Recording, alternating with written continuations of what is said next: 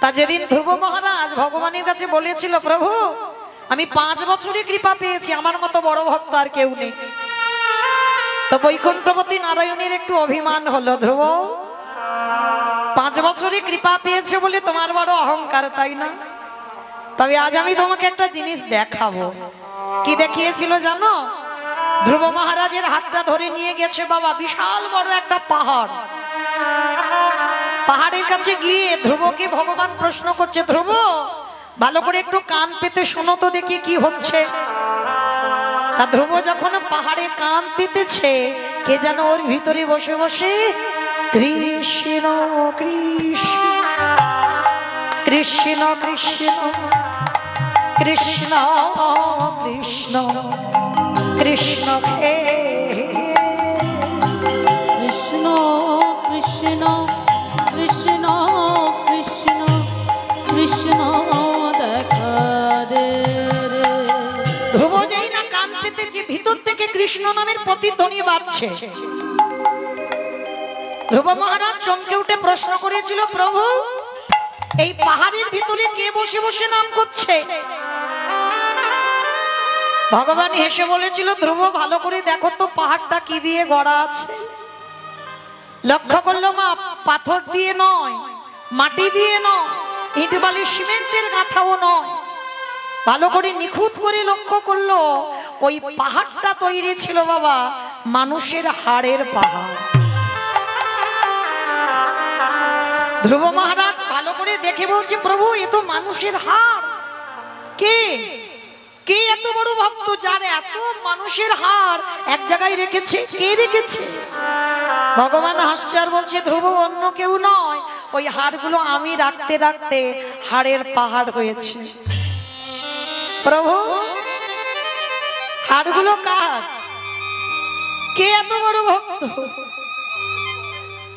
যার হাড় তুমি ভগবান গুছিয়ে রেখেছো? কে? ভগবান হেসে বলেছিল, ধ্রুব ওটা অন্য কারোর হাড় নয়। ওই যে কটা হাড় দেখছো, হাড়ের পাহাড় তৈরি হয়েছে, ওই হাড়গুলো হচ্ছে তোমার দেহের হাড়। প্রভু আমার দেহের হাড় বলে? হ্যাঁ, আজ পর্যন্ত তুমি যতবার দেহ ত্যাগ করেছো, যতবার তুমি পৃথিবীতে জন্ম নিয়েছো, ততবার তুমি কৃষ্ণ চরণের দাস হয়েছো। বাবা চৈতন্য চৈতামৃত গ্রন্থে একটা কথা আছে বাবা, কোটিতে গুটি। এই কোটিতে গুটির কথার শব্দটা অনুভব করতে হবে। এখানে হাজার হাজার লাখ লাখ ভক্ত আছে, এই লাখো লাখো ভক্তের মধ্যে বাবা একটা খুঁজে বের করবেন কৃষ্ণ ভক্ত, একটা বের করবেন। ও মা, ও মা একটু বসো, আমি 1 ঘন্টা গানটা গেয়ে নি। ও মা একটু বসো, 1 ঘন্টা গানটা গাইতে দাও, 1 ঘন্টা পরে আমি গুছিয়ে নেব। কারণ এমনি তো সূর্য পূজার আসর, বুঝতেই পাচ্ছেন গান তো হবেই না, আর এ যা লোকের ভিড় হবেই না বলে মনে হচ্ছে। রাধে, তাহলে 1 ঘন্টা অন্তত গাই। 1 ঘন্টা একটু মা বসো, শান্তভাবে বসো, গুছিয়ে নেব পরে। তা ধ্রুব মহারাজ ভগবানকে বলছে, প্রভু কে বলে তোমার হার? কেন? যতবার তুমি পৃথিবীতে এসেছো ততবার তুমি কৃষ্ণ ভক্ত হয়েছো। আর জানো ধ্রুব, যতবার তুমি দেহ ত্যাগ করেছো, তোমার দেহটা নিয়ে যখন শ্মশান ঘাটে যেত, আমি সেইখানে গিয়ে ওই ছায়ের মধ্যে দিয়ে খুঁজে খুঁজে যদি একটু গুলো হাড় পেতাম, সেই হাড়গুলো খুঁজে এক জায়গায় রেখে দিতাম। আর সেই তোমার তার রাখতে রাখতে রাখতে রাখতে আজকের হাড়ের পাহাড় তৈরি হয়ে গেছে। নিতাই গৌর প্রেমানন্দে হরিব। ধ্রুব 5 বছরে তুমি কৃপা পেতে না, যদি তোমার পূর্ব জন্মের সুকৃতির ফলটা না থাকে। কারোর সাধ্য নাই, এ জন্মে কৃষ্ণ ভজনের অধিকার যদি তুমি পেয়েছো, তোমার বহু জন্মের সাধ্য সাধনা আছে। তারপরে তো তুমি দাঁড়াতে সাহস পেয়েছো। তাহলে এই যে কৃষ্ণ চরণের দাস হলে, কৃষ্ণ চরণ যদি কেউ ধরতে পারে, তার বাবা কোনোদিন অপমৃত্যুর ভয় থাকে না, কোনোদিন হবে না। যদি বলো প্রমাণ, প্রমাণ দিয়ে গেছে বাবা যুধিষ্ঠির মহারাজ মহাভারতের পাতা। যেদিন কুরুক্ষেত্রের মাঠে যুদ্ধ হবে, যুদ্ধের ঠিক প্রারম্ভে আমার ভগবান কৃষ্ণ যুধিষ্ঠির মহারাজকে বলেছিল, যুধিষ্ঠির দাদা, যুধিষ্ঠির দাদা, আর বিলম্ব করো না, তুমি তাড়াতাড়ি রণসাজে প্রস্তুত হও, এখনই যেতে হবে আমাদের ধর্মক্ষেত্রে কুরুক্ষেত্রে। ভালো করে বিচার করবেন, না একটু শুনবেন, 1 ঘন্টা আর শুনতে হবে না, 1 ঘন্টা শুনলেই হবে। তো এই যে বাবা যেখানে রক্তের বন্যা বইল, যারা গীতায় ভাগবত জ্ঞানী, গীতার প্রথম শ্লোক তো বাবা ধর্মক্ষেত্র কুরুক্ষেত্র সমাবেত যুযুৎস মামকে পণ্ডবশ্যই কিং কুর্বত হিসব। তাহলে এই যে বাবা প্রথম শ্লোক ধর্মক্ষেত্র কুরুক্ষেত্র, তাহলে লক্ষ্য করে দেখেন, এই যেখানে রক্তের বন্যা বইল, যেখানে কত মা সন্তান হারালো, যেখানে কত বাবা পুত্র হারালো, কত স্ত্রী তার স্বামী হারালো, তাহলে যেখানে রক্তের বন্যা বয় সে জায়গাটা ধর্মক্ষেত্র কি করে হয়?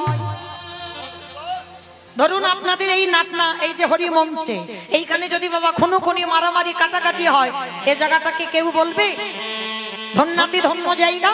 এখানে নতুন করে একটা নাম হবে শ্মশান। কেন? এখানে কত মানুষ প্রাণ হারিয়েছে। তাহলে কুরুক্ষেত্রের মাঝে বাবা রক্তের বন্যা বয়ে গেল, তবু কিন্তু বলছে জায়গাটা ধর্মক্ষেত্র। কেন না? কথিত ছিল এখানে যারা যারা প্রাণ হারাবে, শুধু মানুষ নয়, পশু পাখি কীট পতঙ্গ মানব দানব খেচর খেচড়ি গাছপালা, যারা যারা প্রাণ হারাবে, কাউকে আর নরকে যেতে হবে না, সবাইকে যেতে হবে দেবলোকে। তাহলে যেখানে প্রাণ হারালে বাবা আর নরকে যেতে হয় না, সে জায়গাটাই তো ধর্মক্ষেত্র হয়। আজও যারা যাবেন কুরুক্ষেত্রের মাঠ, আপনাদের চরণ দর্শন করে বাবা আমার সৌভাগ্য হয়েছে। যেখানে ভগবান কৃষ্ণ দাঁড়িয়ে অর্জুনকে যে কথাগুলো বলল, তার থেকেই তো গীতা সৃষ্টি হয়ে গেল। আজও আছে ভগবানের চরণ চিহ্ন। যেখানে পিতামহ ভীষ্ম সরসজ্জাই বলল, আজও আছে। নিচে জল ছিল, কেউ জানত না। যখন পিপাসায় কণ্ঠ শুকিয়ে গেল, তখন তৃতীয় পাণ্ডব অর্জুন ওই বানটা নিক্ষেপ করে পতিত পাবনী গঙ্গাকে ওই মাটির তলা থেকে আহ্বান করেছিল। তখন তো সমাজের মানুষ জানলো তাহলে মাটির তলায় জল আছে। আজকে সেই কুরুক্ষেত্রের মাঠে বাবা যাবে যুদ্ধে। ভগবান কৃষ্ণ যুধিষ্ঠির মহারাজকে বলছে, দেরি করো না, তাড়াতাড়ি তৈরি হও। যুধিষ্ঠির মহারাজ সর্বদা বাবা ধর্মের পথ, ধর্মের পথ যদি না থাকবে, যক্ষরূপী বক যখন প্রশ্ন করেছিল যে তোমার এই যে তুমি ছাড়া তোমার এই 4 ভাই, এরা প্রাণে প্রাণে বাঁচবে, তবে এদের 4 জনের মধ্যে একজনের প্রাণ বাঁচাবো। যক্ষরূপী বক প্রশ্ন করেছিল বাবা, যারা মহাভারত জ্ঞানী জানবেন, সেই প্রশ্নের প্রত্যেকটা উত্তর দিয়েছিল যুধিষ্ঠির মহারাজ। আর দিয়ে যখন বলেছিল 4 ভাইয়ের মধ্যে একটা ভাইয়ের প্রাণ বেছে নাও, ভালো করে মনে রাখবেন, ওই সহদেব আর নকুল কিন্তু সৎ ভাই, নিজের ভাই নয়, মাতৃ সন্তান। আর কুন্তি মায়ের তো 3টে ছিল, যুধিষ্ঠির, ভীম, অর্জুন। কিন্তু যুধিষ্ঠির মহারাজ ওই যক্ষরূপী বকের কাছে চেয়ে নিয়েছিল, প্রাণ যদি আমার 4 ভাইয়ের মধ্যে একজনকে দাও, তাহলে দাও আমার সহদেবের ভাইয়ের প্রাণ। কেন? তার পথটা একটু অনুকরণ করে দেখেন বাবা, কত তার চেতনা ছিল, কত তার জ্ঞান ছিল। আমাদের মতো সাধারণ মানুষ হলে নিজের ভাইয়ের প্রাণ চাইব, কিন্তু যুধিষ্ঠির মহারাজ সহদেবের প্রাণ চেয়েছিল। কেন? তার একটাই কারণ, যখন মাতৃ সহমরণে যায়, হিসাবে কিন্তু সহমরণ কুন্তি মা ছিল, পার্থতা কুন্তি মায়ের ছিল, কিন্তু মাতৃ সহমরণ হলো। কেন? তার একটাই মাত্র কারণ ছিল, মাতৃযন্ত্র কুন্তি মায়ের মতো মাতৃত্ব আমার নয়। আমি আমার নিজের দুটো ছেলেকে ভালোবাসবো যতটা, আমি যুধিষ্ঠির ভীম অর্জুনকে ততটা ভালোবাসতে পারবো না। ওই জন্য সহমরণের আগে কুন্তিকে বলেছিল, দিদি আমি জানি তোমার তিনটে ছেলেকে যে চোখে দেখবে সেই চোখে তুমি আমার নকুল সহদেবকে দেখবে, যেটা আমি পারবো না সেটা তুমি পারবে। তাই আমি সহমরণ হব পাণ্ডুর সঙ্গে, কিন্তু তুমি আমার এই দুটো ছেলের দায়িত্ব নিও। যুধিষ্ঠির জানতো এই কথা, আর যুধিষ্ঠির মনে ভাবলো আমার তিনটে ভাই যদি মরে যায়, আজকে আমি বেঁচে আছি, আমার ভীম অর্জুন যদি মরে যায়, আমার মার মুখাগ্নি আমি করতে পারবো, আমার মার কুল উদ্ধার করতে পারবো, কিন্তু আমার মাতৃমায়ের কুল উদ্ধার করবার জন্য নয় নকুল নয় সহদেবকে লাগবে। কত বিবেক দিয়ে প্রশ্ন করেছিল দেখো নিজেকে। তাই সহদেবকে বেছে নিল কেন? কারণ সহদেব ছিল ভাইদের মধ্যে ছোট। মনে রাখতে হবে, সৎ ভাই সৎ দাদা সেই হয় যার হৃদয়টা সর্বদা সৎ হয়। নিজের ভালো হবে, নিজের মঙ্গল হবে, আর অন্যজনের নয়। এটা সৎ দাদা বলো, সৎ ভাই বলো, সৎ মায়ের কর্তব্য নয়। সেই যুধিষ্ঠির মহারাজ বলেছিল, কৃষ্ণ আমাকে একটু অনুমতি দাও, আমি আমার বড় মাকে একটু যুদ্ধে যাওয়ার আগে প্রণাম করতে চাই। আমা এই জায়গাটা একটু শুনবেন মন দিয়ে। ভগবান কৃষ্ণ বলে উঠল, যুধিষ্ঠির দাদা, যে বড় মা জীবনে তোমার ভালো চাইল না, যে বড় মা ঠাকুরের কাছে মানত করে কবে যুধিষ্ঠির মৃত্যু হবে, যে বড় মা মানত করে কবে পঞ্চ পাণ্ডব নিধন হবে, আর তুমি কিনা যুদ্ধের আগে সেই বড় মাকে প্রণাম করবে কেন? যুধিষ্ঠির মহারাজ বলেছিল, কৃষ্ণ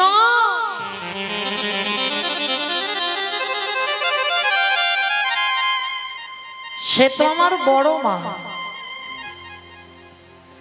আমার মায়ের থেকে আমার বড় মার জায়গা আগে। আমার ভয় হয় কৃষ্ণ, আমি যুদ্ধ করে যদি আর কোনোদিন না ফিরি, তাহলে তো আমার বড় মাকে প্রণাম করা হবে না। আর কৃষ্ণ আমার বড় মা আমার খারাপ চাই, আমি তো বড় মার খারাপ চাই না, নয় আমার বড় মার অমঙ্গল চাইল, কিন্তু সে আমার বড় মা। আমার মায়ের আগে যদি বড় মাকে প্রণাম না করি, তাহলে আমি কোনোদিন যুদ্ধে গিয়ে আমি জয় লাভ করতে পারবো না। কৃষ্ণ নিতাই গৌর প্রেমানন্দে হরি।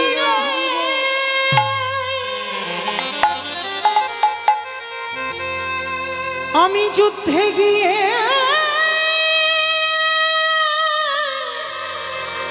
যদি ফিরে না আসি,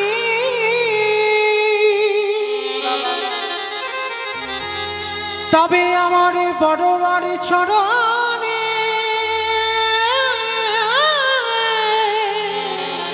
কৃষ্ণ আমারই যে প্রণাম করা হবে না।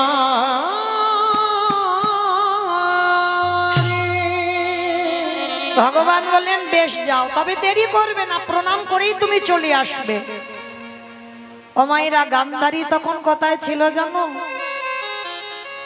সবাই বলে গান্ধারী নাকি কৃষ্ণ ভক্ত নয়। আপনারা কি সবাই বাবা যারা কীর্তন বোঝেন বিশ্বাস করেন যে গান্ধারী কৃষ্ণ ভক্ত নয়? বাইরেটা কঠিন হলে কি হবে, অন্তরটা তো দেখতে হবে। 100টা ছেলে যুদ্ধে যাবে, গান্ধারী ওই কৃষ্ণের প্রতিচ্ছবিটা হাতে করে নিয়েছে। কৃষ্ণ কৃষ্ণ আমার 99টা ছেলেকে তুই খারাপ করতে পারতিস, আমার 99টা ছেলেকে তুই অধর্মী করতে পারতিস, পারলি না। আমার একটা ছেলেকে আমার কৃষ্ণ ভক্ত করে দিতি, বল না। পারলি না আমার একটা ছেলেকে কৃষ্ণ ভক্ত করতে? কৃষ্ণ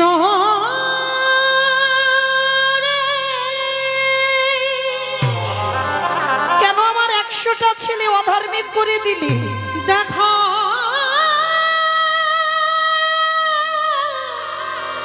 দেখা দে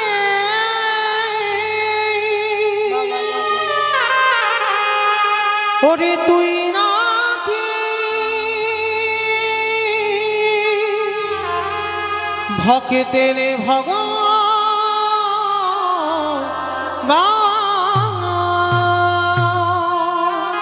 কৃষ্ণের ছবিটা নিয়ে কাঁদছি, আর সেই সময় যুধিষ্ঠির দরজায় এসেছে প্রণাম করবে বড় মাকে। দরজা ধাক্কা দিয়ে ডাকছে, বড় মা, বড় মা।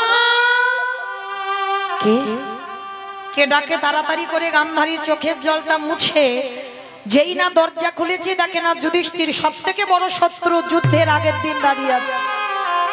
কি চাস? কেন এসেছিস আমার কাছে? পালিয়ে যা, এক্ষুনি আমার দুর্যোধন দেখলে তোকে বধ করে দেবে। পালিয়ে যা, পালিয়ে।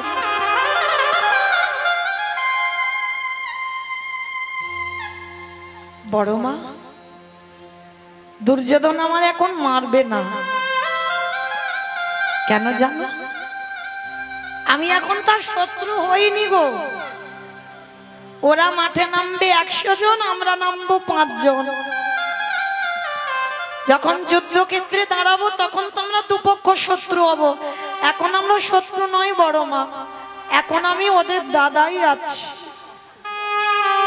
আমরা ভাই ভাই। কি চাস? কেন এসেছিস আমার কাছে? বড় মা, জীবনে তো তুমি কোনোদিন আমার ভালো চাওনি, আমি জানি। আমি জীবনে কোনোদিন তোমার কাছে কিছু চাইনি, কিছু না। তবে জীবনে প্রথমবার একটা জিনিস চাইবো, তুমি দেবে।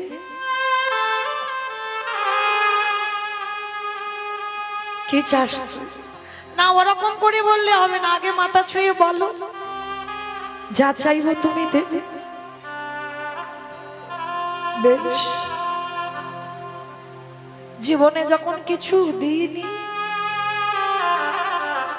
আজকে দেব। বল কি চাস? গান্ধারী মা ত্রিসত্য অঙ্গীকারী আবদ্ধ হয়ে গেল। যুধিষ্ঠির মহারাজ কেঁদে বলেছিল, ওগো বড়,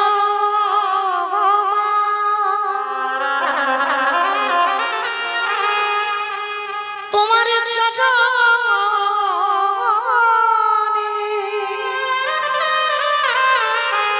তোমার চরণে আমার একটাই নিবেদন, তুমি একবার আমার মাথায় হাত দিয়ে আশীর্বাদ দাও, যেন কালকের যুদ্ধে গিয়ে তোমার যুধিষ্ঠির মৃত্যু হয়ে যায়।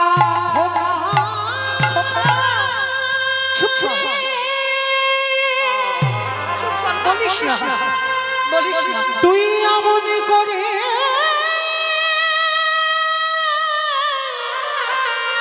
বলিস না, আমি যে বড় না হয়ে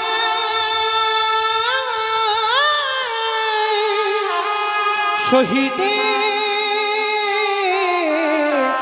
পারিব না। গান্ধারী যুধিষ্ঠিরকে বুকে নিয়ে বলল, ওরে খোকা রে, যে বড় না জীবনে তোরে ভালো চাইল না, যে বড় মা ঠাকুরের কাছে মানদ করে কবে তোর মৃত্যু হবে, সেই বড় মা জীবনে প্রথমবারে তোরে করিলাম আশীর্বাদ। ওরে যথা ধর্ম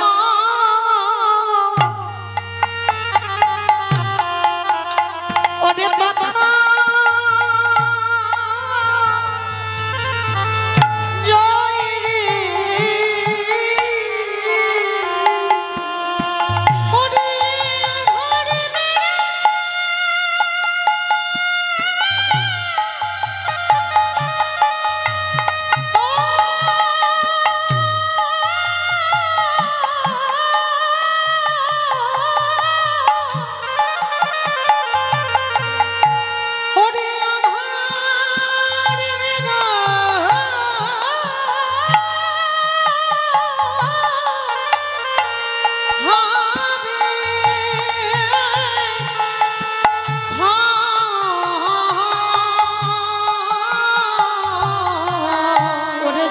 ধর্ম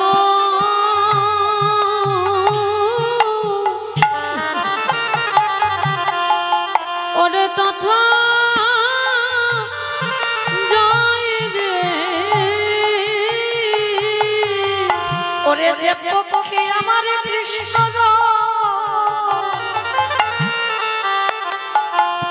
ওরে সে পক্ষের কি অমৃত খাই এই জগতে যারা কৃষ্ণ চরণ ভজন করে তাদের জগতে কিছু আর দেখতে লাগে না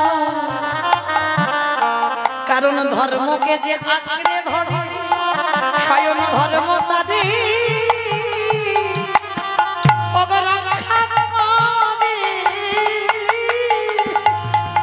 ওই ধর্মকে যে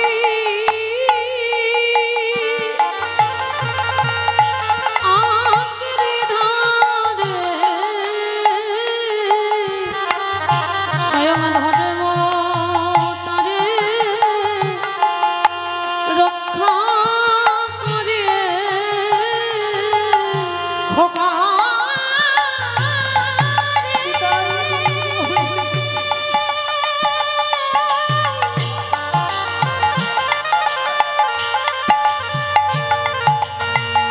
তোরে আশীর্বাদ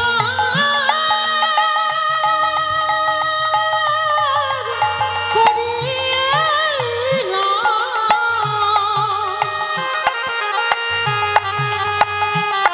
ওরে যুদ্ধে গিয়ে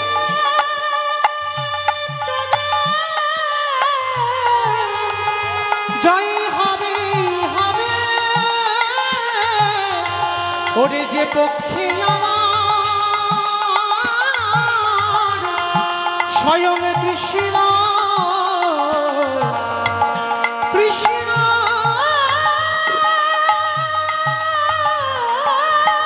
থাকে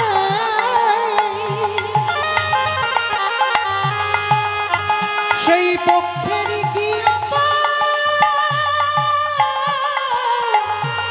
মৃত্যু হয় ওরে তুই তো জানিস না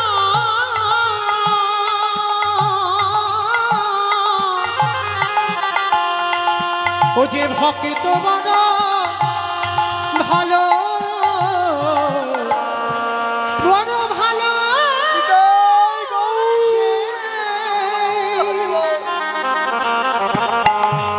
তাই তো যুগে যুগে সে যে ভক্তকে রক্ষা করে। গান্ধারী মা বলল কৃষ্ণকে যে যে আশ্রয় করে রেখেছে তাদের কোনোদিন অপমৃত্যু হবে না ও যে শেষে জয়ী হয়ে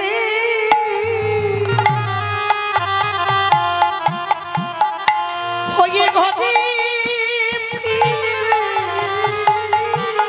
ওই কৃষ্ণ যদি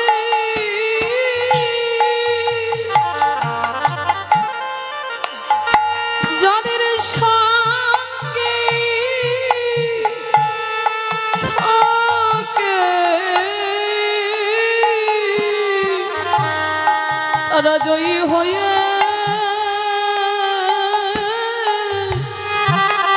হয়ে ঘরে ফিরবে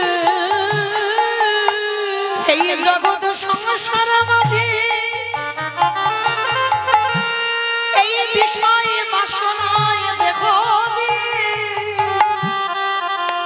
আরে যদি মনটাকে গোবিন্দ চরণে রেখে ভজন করা যায় সে যে অচিরে কৃষ্ণ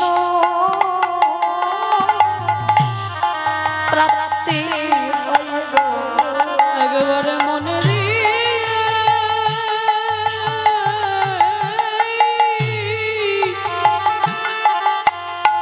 মনে দিয়ে কৃষ্ণ ভজন করলে তারে অচিরে কৃষ্ণ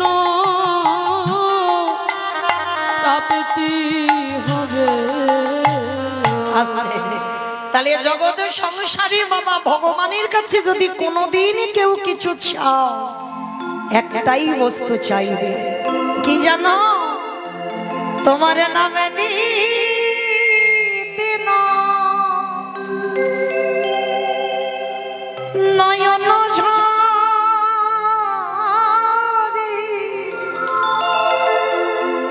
বিজয় সরকারের একটা গান, প্রেম বন্যায় ভেসে দয়া, আমি যতদিন পৃথিবীতে থাকবো আমায় চিরকানা করে দাও, করে দাও। তোমার নামে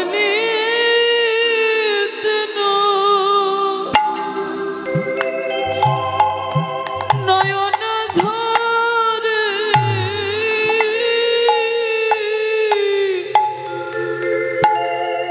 এমন হেসে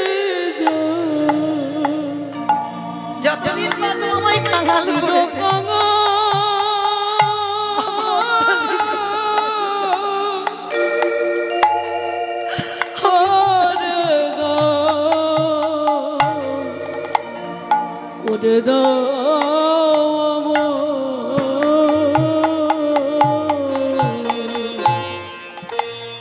আবার যদি আসি দয়া,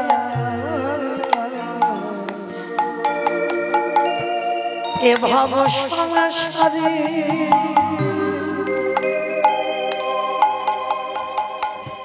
যেন কৃষ্ণ ভগিত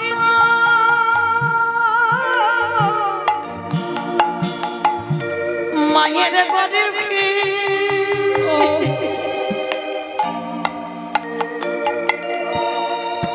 জনম দিও মরে। ওরে আমার যদি আসি দয়, আমার যেখানে জন্ম দাও অবসরে যেন কৃষ্ণ ভক্তি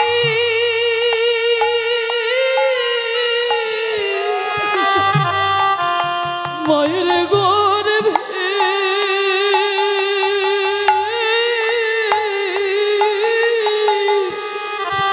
পাঠিও আমারে। সেদিন মুছি হয়ে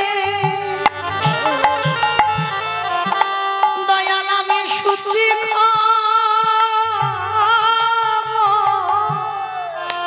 সেদিন মুছে হয়ে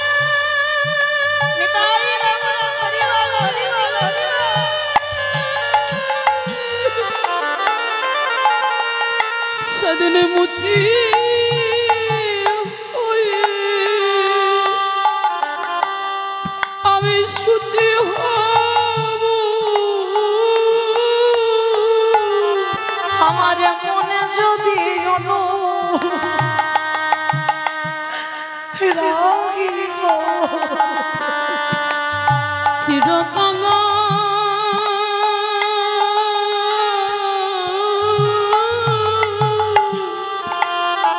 করে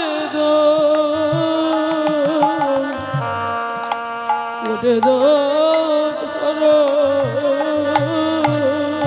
আরে কামনা বাসনা ছেড়ে আর আমার শুদ্ধ হবে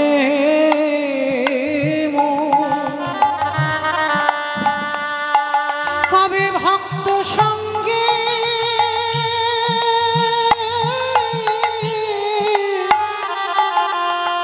প্রেমে তরঙ্গে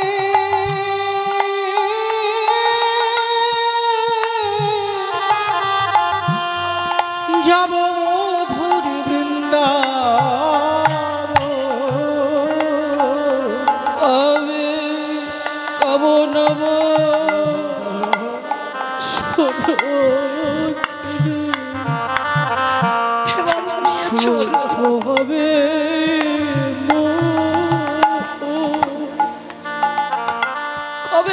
ভক্ত সঙ্গে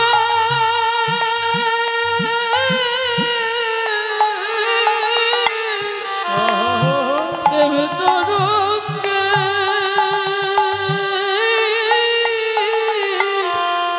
যাবে ভগব্রজ গোপী সঙ্গে মিশে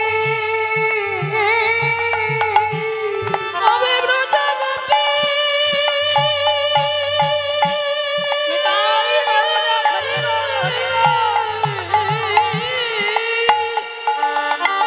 তবে ব্রজ গোপী সঙ্গে সে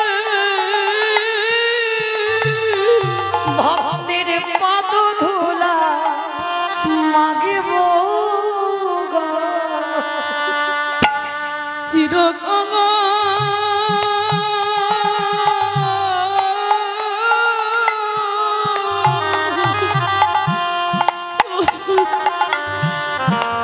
করে দাও ধরা দয়ালে গুরু গো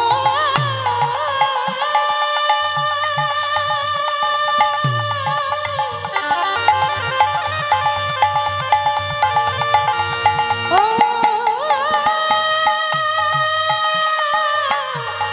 গুরু গো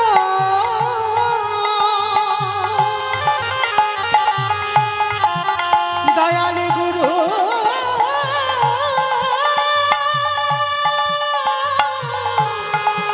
গুরু নিতাই গৌর প্রেমানন্দে চিরকঙ্গা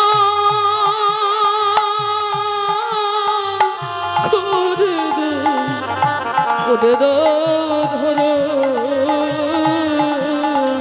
দয়ালে চিরকাল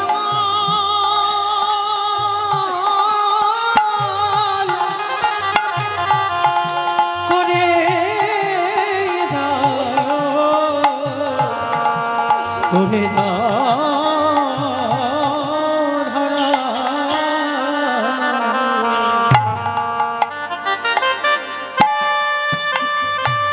নিতাই গৌর প্রেমানন্দে হরি বল, হরি বল, হরি বল।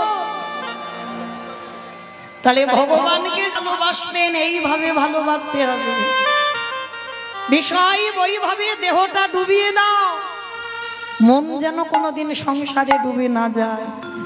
যতদিন বাঁচবে মনে পড়ে গেল মা, এই যে আমার মায়েরা এখানে বেশি বসে আছেন, যার জন্য আমার বলা উচিত বলে মনে করি। একজন জনমদুখী মা ছিল, জন্ম থেকে মা প্রসাদ পায় ভগবানের। ভালো করে শুনবেন কথাটা, যদি একজন ভক্তের একটু চেতনা ফিরে যায়। মেয়েটার নাম রেখেছিল ছোটবেলা থেকে তো ভক্তিমতী, মেয়েটার নাম রেখেছিল মা শক্তুমা। এই শক্তুমার বিয়ে দেওয়া হলো, কিন্তু যে পরিবারে বিয়ে হয়েছিল বাবা একেবারে ঘোর নাস্তিক। ভগবানের মন্দিরে যাওয়া তো দূরের কথা, ভগবানের ধারও ধারে না। কোনোদিন বাড়িতে নিরামিষ আহারও হয় না, সর্বদাই ওই মাছ মাংস এসবের মধ্যে ডুবে থাকে। আর মেয়েটা ছোটবেলা থেকে ভগবানের প্রসাদ পায়, মানে যা যা কিছু খায় ভগবানকে দিয়ে তবে পায়।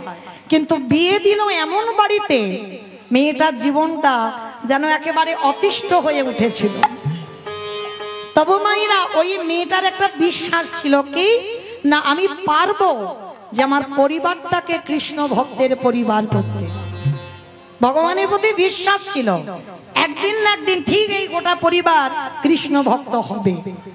তো এই কথা ভেবে মা কোনোদিন বাপের বাড়ি কোনো নালিশ জানাতো না। তো একদিন হঠাৎ মেয়েটা অনেক দিন হয়ে গেল কোনোদিন হরিবাসরে যেতে দেয় না। শাশুড়ি মার এত কঠিন শাসন ছিল, স্বামীর এত কঠিন শাসন ছিল, কোথাও যাওয়া যাবে না বাড়ি ছেড়ে, হরিনাম আসরে যাওয়া যাবে না, ভাগবত আসরে যাওয়া যাবে না, এত নির্দেশ মেনে চলতো। একদিন সকালবেলা শক্তমা বাসন মাজছে, আর রাস্তা দিয়ে কটা বৈষ্ণবের দল যাচ্ছে। আর বৈষ্ণবের দল ভক্ত দলেরা যেতে যেতে বলছে, বলা বলি করছে, এক সপ্তাহ ওদেরই পাড়াতে ভাগবতের আসর হবে। তা শক্তমা মনে মনে ভাবছে, আজকের আমার শাশুড়ি মাকে বলবো যেন আমার একটু অনুমতি দেয়, যেহেতু গ্রামের ভিতরে, আমি তো কোথাও যাচ্ছি না, যেহেতু গ্রামের ভিতরে আমি একটু ভাগবত শুনতে যাব। তা তাড়াতাড়ি করে কাজকর্মগুলো সেরে নিয়েছে বৌমা। এইবার শাশুড়ি মার কাছে গিয়ে গলদেশে কাপড় দিয়ে বলছে, ও মামা একটা কথা বলবো। বলো, কি বলতে চাইছো? ও মা, ওই আমাদের কাছাকাছিতে 1 সপ্তাহ ভাগবত হবে, মা গো আমার একটু অনুমতি দাও না, আমি একটু ভাগবত শুনতে যাব। শোনা মাত্র শাশুড়ি মা, সে তো শাশুড়ি নয়, শ্বাস উড়িয়ে দেয়। রেগে গিয়ে বলে উঠলেন, অপদার্থ, তুই ঘরের বউ হয়ে তুই যাবি কিনা ওই ভাগবত আসরে? ওই হরি নাম হবে, ভক্তরা সময় হাত তুলে নাচবি, আর তুই সেখানে যাবি? যাওয়া যাবে না। আর দাঁড়া, এক্ষুনি আমার ছেলেকে বলছি, তুই ঘরের বউ হয়ে তুই কিনা ওই লোকেদের সঙ্গে পরপুরুষরা সেখানে থাকবে, সেখানে ভাগবত শুনতে যাবি? স্বামীকে বলে দিল। আর স্বামীকে যখন বলে দিল, শাশুড়ি স্বামী দুজনে মিলে সত্যমাকে এত মার মেরেছে, সর্ব অঙ্গ দিয়ে রক্ত ঝরে ঝরে পড়ছে। সত্যমা চিৎকার করে বলে উঠলেন, গিরিধর,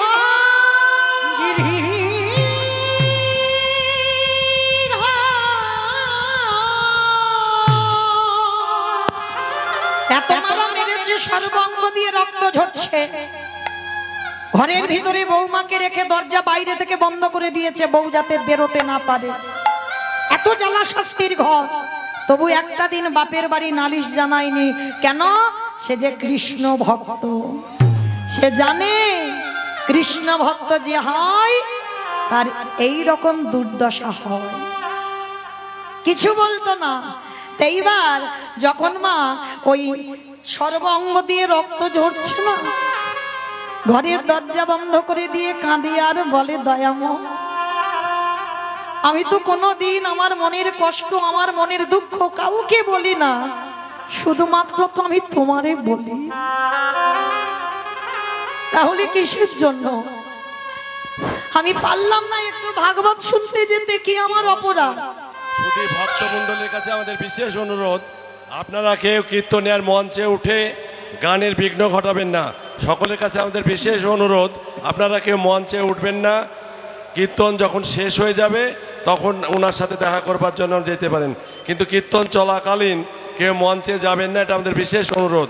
সকলের কাছে আমরা বিনীতভাবে অনুরোধ জানাচ্ছি, আপনারা কেউ মঞ্চে উঠবেন না। নিতাই গৌর প্রেমানন্দে হরি বল। এইবার যেই নামা সত্যমা কাঁদছে, আর আমার গিরিধর থাকতে পারে মন্দিরে? কি গো মাইরা, ডাকার মতো যদি ডাকা যায়, ভালোবাসার মতো যদি বাসা যায়, থাকতে পারবে না ভগবান। এইবার বাঁকা করে, বাঁকা হাতে কালো শশী নিজ রূপে ত্যাগ করে দিয়ে শাশুড়ি মাতার রূপ ধারণ করে দরজাটা বাইরে থেকে খুলে দিয়ে বৌমা বসে বসে কাঁদছি। ভগবান শাশুড়ি ছেড়ে বৌমার কাছে গেছে, আর যেই না বৌমার কাছে পিছনে গিয়ে ডাকছে, বৌমা কে কে? মা তাড়াতাড়ি করে মেরেছে তো, সর্বাঙ্গ দিয়ে রক্ত ঝরছে, তাড়াতাড়ি করে গাগুলো ঢাকা দিচ্ছে। ভগবান করুণার হাতটা দিয়ে মাথায় বুলাইয়ে দিয়েছে। পরশমণির পরশে যেমন লোহা সোনা হয়, আমার গোবিন্দ পরশে জগতে না জানি কি না কইব, যে কৃষ্ণ নিতাই গৌর হরি বল হরি বল। কৃষ্ণ মন ভালো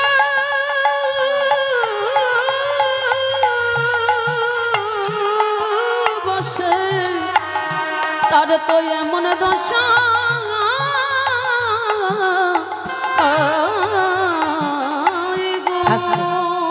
সব জ্বালা জুড়িয়ে গেল সঙ্গে সঙ্গে।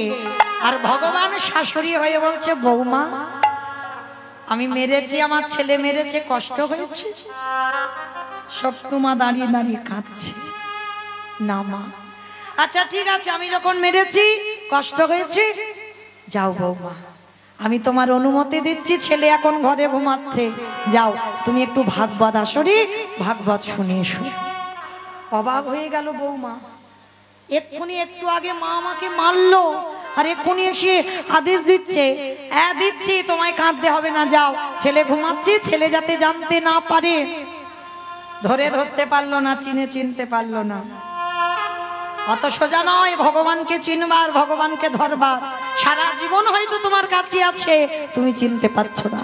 আর এটা কলিযুগ, ভগবান সাক্ষাতে আসে না, এমন এমন রূপ ধরে আসবে, সারা জীবনে তুমি তারে চিনতে পারবে না। এটা কলিযুগ, মনে রাখতে হবে। এমন এমন মানুষ পাঠাবে, ভগবান সেই স্বরূপের মধ্যে দিয়ে আসে। তাই এবার যেই না আজকে সপ্তমা শাশুড়ি মার অনুমতি পেয়েছে, শাশুড়ি মা বলছে, বৌমা শুধু যাবে না, আসবার সময় আমার জন্য প্রসাদী নিয়ে আসবে। রাধে। এইবার শাশুড়ি মার অনুমতি পেয়ে ছুটতে ছুটতে সপ্তমা গেছে কোথায়? ওই যেখানে ভাগবত হচ্ছে সেইখানে। আর ভাগবত আসরে গিয়ে বসেছে, সারা রাত ভাগবত শুনেছে, সকাল হয়ে গেছে। আর সকালবেলা প্রসাদের জন্য একটু দেরি হচ্ছে। আর এদিকে শাশুড়ি মানে আসল শাশুড়ির ঘুম ভেঙে গেছে, স্বামীরও ঘুম ভেঙে গেছে। বৌমার ঘরে গিয়ে দেখছে দরজা খোলা আছে, বৌমা ঘরে নেই। আসল শাশুড়ি রেগে গিয়ে বলছে, ও মেয়ের এত বড় সাহস, আমার অনুমতি ছাড়া ও চলে গেল গ্রামে ভাগবত শুনতে। আসুক, দেখাচ্ছি মজা। একটা বেতের বাড়ি নিয়ে দরজার ধারে বসে আছে, বৌমা ফিরলেই আবার মারবে। এরাই কৃষ্ণ ভক্ত, বিনা অপরাধে শাস্তি পায়। যেই না শাশুড়ি মা দাঁড়িয়ে আছে, আর ওদিকে বৌমার তো আনন্দ, শাশুড়ির অনুমতি নিয়ে গেছে, প্রসাদীটা নিয়ে এসেছে। আর যেই না দরজায় দাঁড়িয়েছে, শাশুড়ি মা বললেন, দাঁড়াও, কে তোমার অনুমতি দিল, কে আদেশ দিল এই ঘর থেকে পা বের করার? স্বামী এসে গেছে, তোর এত বড় সাহস, কালকের মারলাম, তবু আমাদের কথা উপেক্ষা করে তুই ভাগবত শুনতে গেলি। দেখাচ্ছি মজা দাদা, এখনো সংসারের কাজকর্ম কিছু হয়নি, এঠো বাসন পড়ে আছে, বাসি ঘর পড়ে আছে, জামা কাপড় পড়ে আছে, কখন এই কাজগুলো হবে? স্বামী শাশুড়ি মিলে সকালবেলা আবার সপ্তমাকে বেত্রাঘাত, দূর হয়ে যা, বেরিয়ে যা, দূর হয়ে যা। গিরিধর, গিরিধর, দুঃখ দাও, কষ্ট দাও, ব্যথা দাও, জ্বালা দাও, কিন্তু সহ্য করবার মতো শক্তিটুকু দিও। চুলের মুষ্টি ধরেছে শাশুড়ি মা, এঠো বাসনগুলো কে মাজবে? যেই না চুলের মুষ্টিটা ধরে নিয়ে গেছে, কল ধারে এঠো বাসন পড়ে আছে, গিয়ে দেখে না বাসন মেজে পরিষ্কার। ঘরের মধ্যে জামা কাপড় ছেড়ে রেখেছিল, জামা কাপড়গুলো কেচে ধৌত করে মেলে দেওয়া হইল। ওই বাসি ঘরে দেওয়া মোছা হয়ে গেল। কি কে করেছে এই কাজগুলো? আমি তো করিনি, তাহলে করলো কে? সপ্তমার চিনতে দেরি হলো না, জানতে দেরি হলো না, বুঝতে দেরি হলো না। কিন্তু শাশুড়ি মা সে তো বুঝতে পারছে না, স্বামী বুঝতে পারছে না। সপ্তমাকে দে বলল, গিরিধর, সেই যখন আমার জন্য তুমি এঠো বাসন মাজলে, আমার জন্য যখন তুমি বাসি কাপড় কাচলে, আমার জন্য যখন তুমি এই ঘরে দেওয়া পরিষ্কার করলে, তাহলে দাও আমার শাশুড়ি স্বামীর দর্শন দাও। নয়নে জলে যখন কাঁদলো, আর থাকতে পারলো না, ভগবান ধরায় নামলো। ঠিক মীরাবাইয়ের পাশে যেমন আমার গিরিধর দাঁড়িয়েছিল, সেইভাবে আজকের দাঁড়িয়েছে আমার গিরিধর। শাশুড়ি স্বামী দর্শন করে অবাক হয়ে গেল। তাহলে মনে রাখতে হবে, মা, একটা নারী পারে যদি সে মনে করে পরিবারটাকে কৃষ্ণ ভক্তের পরিবার করতে। এই জায়গাটা আমরা তৈরি করলাম বাবা, পঞ্চবটির বন। আচ্ছা মা বলেন তো, এই পঞ্চবটির বনটা কার ছিল? এই পঞ্চবটির বনটা ছিল রাবণ রাজা। গোটা পঞ্চবটির বনটা রাবণের ছিল। আর রাবণের বোন ছিল যার নাম শূর্পণখা। মেয়েটাকে বিয়ে দেওয়া হয়েছিল। কিন্তু বিয়ের সংসার হলো না, বাপের বাড়ি চলে এলো। আর বাপের বাড়ি চলে আসার পর দেখবেন মা, মেয়েদের বিয়ের পর বাপের বাড়ি একদিন ভালো, এক সপ্তাহ ভালো, 15 দিন ভালো, তারপরে কি আর ভালো? কথায় বলে না, জন জামাই ভাগনা 3 নয় আপনার। মেয়েদের বিয়ের পরে বাপের বাড়ি আর নয় বাবা, বৃদ্ধাশ্রম ঠিক আছে। ভালো করে শোনেন, মেয়েটা সব সময় মন্দোদরির সঙ্গে ঝগড়াঝাটি লেগে থাকতো। মানে এত ঝগড়াঝাটি হতো তো রাবণ রাজা বিরক্ত হয়ে মন্দোদরিকে বলেছিল, শোন বোন, যা জায়গা জমি সম্পত্তি আছে ভাগাভাগি হবে তো, আজকে থেকে পঞ্চবটির বোনটা তোর নামে লেখাপড়া করে দিলাম। তা পঞ্চবটির বোনটা লেখা হয়ে গেল শূর্পণখার। আর শোন, আজকে থেকে তোর বৌদির কাছে এসে খাবি না, ওই জঙ্গলে পশু পাখি কীট পতঙ্গ মানব দানব খেচর খেচড়ি যারা যারা আসবে তুই সবাইকে ধরে ধরে খাবি। বাবা ভালো করে শুনবেন, রাক্ষসী তো মানুষের মাংস পর্যন্ত খায়। তা যেই না রাবণ রাজা বলে দিয়েছে যত যত যারা যারা আসবে ধরে ধরে খাবি, তা বহু বছর বহুদিন হয়ে যাচ্ছে ওই পোকা মাকড় পশু পাখি এইগুলো খাচ্ছে। হঠাৎ আজকের একটা ঘটনা ঘটেছে, মাইরা মন দিয়ে শোনো, কিন্তু কিছু বুঝতে পারবে না, তখন আমার ঘাড়ে চাপিয়ে দিও না, দিদি কি বললো কিছু বুঝিনি, কেমন? তো মা, এইবার শূর্পণখার হঠাৎ আজকের একটা ঘটনা ঘটেছে। কি ঘটনা না, হঠাৎ শূর্পণখার নাকে একটা মানুষ মানুষ গন্ধ ঢুকছে। আমার ছোটবেলা ঠাকুমার কাছে শুনেছিলাম না, হাউ মাউ কাউ মানুষের গন্ধ পাও। ঠাকুমা যখন গল্প বলতো এইগুলো বলতো। তো এই যে রাক্ষস রাক্ষসীদের নাকে মানুষ যদি কাছে আসে গন্ধ ঢোকে, তা রাক্ষসী মনে মনে ভাবলো, অনেকদিন পরে মানুষের গন্ধ পাচ্ছি। যাই হোক, প্রতিদিন ওই পশু পাখির মাংস খেতে খেতে আর ভাল লাগে না, যাই হোক বাবা, আমি একটু মানুষ পেয়েছি যখন। বারবার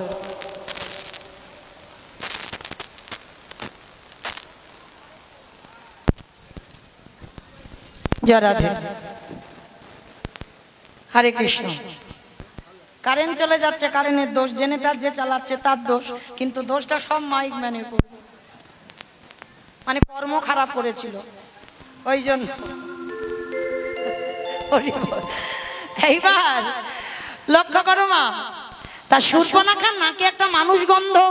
তো শূর্পণখা মনে মনে ভাবছে, যাই হোক, অনেকদিন হয়ে গেল শুধু পশু পাখি পোকা মাকড়ের মাংস খায়, এইবার আজকের মনে হচ্ছে মানুষ পেয়েছি, ওর ঘাটটা মুড়ে মাংস করে খাবো।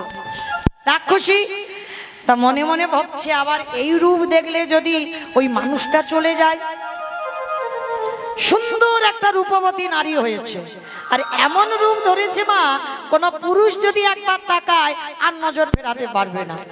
মানে শূর্পণখা রাক্ষসী তো এমন রূপবতী নারী হয়েছে। তো এক পা দুপা করে যাচ্ছে, যেখান থেকে মানুষ মানুষ গন্ধটা আসছে, তা যেই না এক পা দুপা করে গেছে, আর যা তো যা লক্ষ্যটা পড়তো পর, একেবারে ওই পুরুষটার চরম দুটো। বড় মজার ব্যাপার দেখো, যেই না পুরুষের দুটো চরম দেখেছে বাবা, সে খাওয়া মাথায় উঠে গেছে, সে খাওয়া ভুলে গেছে। চরম দুটো দেখে মনে মনে ভাবছে, আহারে, এই পুরুষটাকে যদি একটা রাত আমি আমার করে পেতাম, আমি ওই চরণ দুটো সেবা করে আমার নারী জনম ধন্য করতাম। সে খাওয়া ভুলে গিয়ে এখন সেবার কথা মনে জেগেছে। মনে মনে ভাবছে, রাক্ষসী ওর চরণ যদি এত সুন্দর হয়, তাহলে না জানি ওর বদনটা কত সুন্দর হবে। বাবা শূর্পণখা শিক্ষা দিল সমাজকে, কোনদিন ভগবানের বিগ্রহ দর্শন করতে গেলে সরাসরি মুখের দিকে তাকাতে নেই, সবার আগে চরণ দেখতে হবে, তারপরে কোটি দেশ দেখতে হবে, তারপরে ভগবানের নয়নে নয়ন দিতে হবে, তার আগে নয়। এটা ভজনের নিয়ম, সবার আগে চরণ, চরণের আগে কোনদিন ভগবানের বদন দেখতে নাই, আগে চরণের দিকে তাকাতে হবে।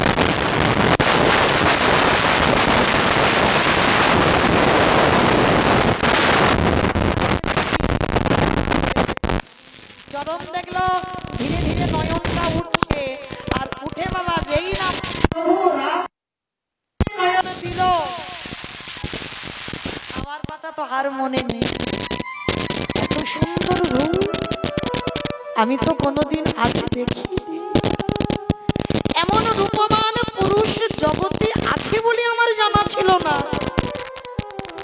যা হয় হোক, এইবার রাক্ষসী তো বড় মানে শক্তিশালী তো, রামচন্দ্রের কাছে গিয়ে সরাসরি বাবা বিয়ের প্রস্তাব। এই যে আমি তোমায় ভালোবাসি, আমায় বিয়ে করবে?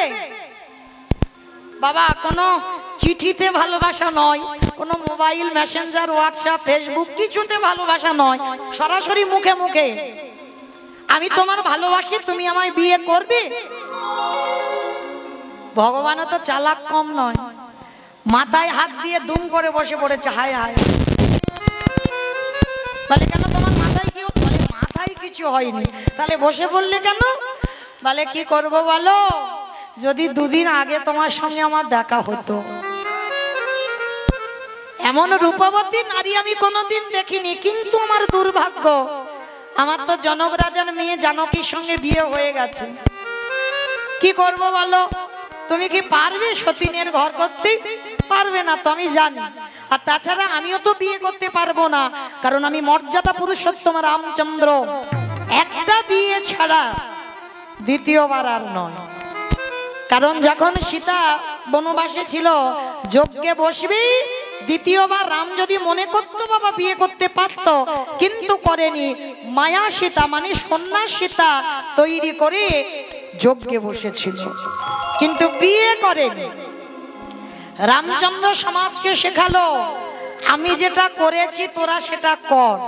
আর কৃষ্ণচন্দ্র শেখালো, আমি যেটা বলছি সেটা কর, আমি যেটা করেছি খবরদার করতে যাস না। রামচন্দ্রের একটা বউ আর কৃষ্ণের 16,108টা। রাম বলছে আমি যেটা করছি তোরা কর, আর কৃষ্ণ বলছে আমি যেটা করছি খবরদার করতে যাস না, আমি যেটা বলছি সেটা শোন। হ্যাঁ, তো আজকে যেই না রূপবতী নারীকে দেখেছে, রামচন্দ্র বলছে কি করব বলো, তোমার সঙ্গে তো আমার দুদিন আগে দেখা হয়নি, আমার বিয়ে হয়ে গেছে। বলে কি করব, তোমার সঙ্গে কি আমার দেখা হয়েছিল? তবে হ্যাঁ, আমার লক্ষণের এখন বিয়ে হয়নি। কিরম বদমাস দেখেছো? সীতার বোন উর্মিলার সঙ্গে বিয়ে হয়ে গেছে, তবু বলছে বিয়ে হয়নি, আমার লক্ষণকে বিয়ে করো। তা শূর্পণখা মনে মনে ভাবছে, ভালোবাসলাম ও বিয়ে করবো ওর ভাইকে, তবু রাজি। কেন রাজি? কারণ ভোগ করার জন্য তো নয়। যদি ভাইকে বিয়ে করি 24টা ঘন্টার মধ্যে ওর দাদার চরণ দুটোতে দেখতে পাবো। রামচন্দ্র বললেন, যে আমারে চাই তারই আমি চাই, যে আমারে না চাই তারে আমি না চাই। রাক্ষস কুলের জন্ম নিলে কি হবে? তুমি তোমারে চেয়েছো, আমি তোমারে চাইবো, কথা দিলাম সারা জনম তোমাকে আমি আমার করে রাখবো, মনে রেখো। তাইবা রাক্ষসী কি করেছে? লক্ষণের কাছে গেছে, গিয়ে বলছে এই যে তোমার দাদা বলল আমি তোমাকে ভালোবাসি, বিয়ে করতে চাই। আর কি ঘটবে তো আগেতে ভাই ভাই হয়ে আছে রেডি, কি ঘটনাটা ঘটবে। এইবার যেই না বাবা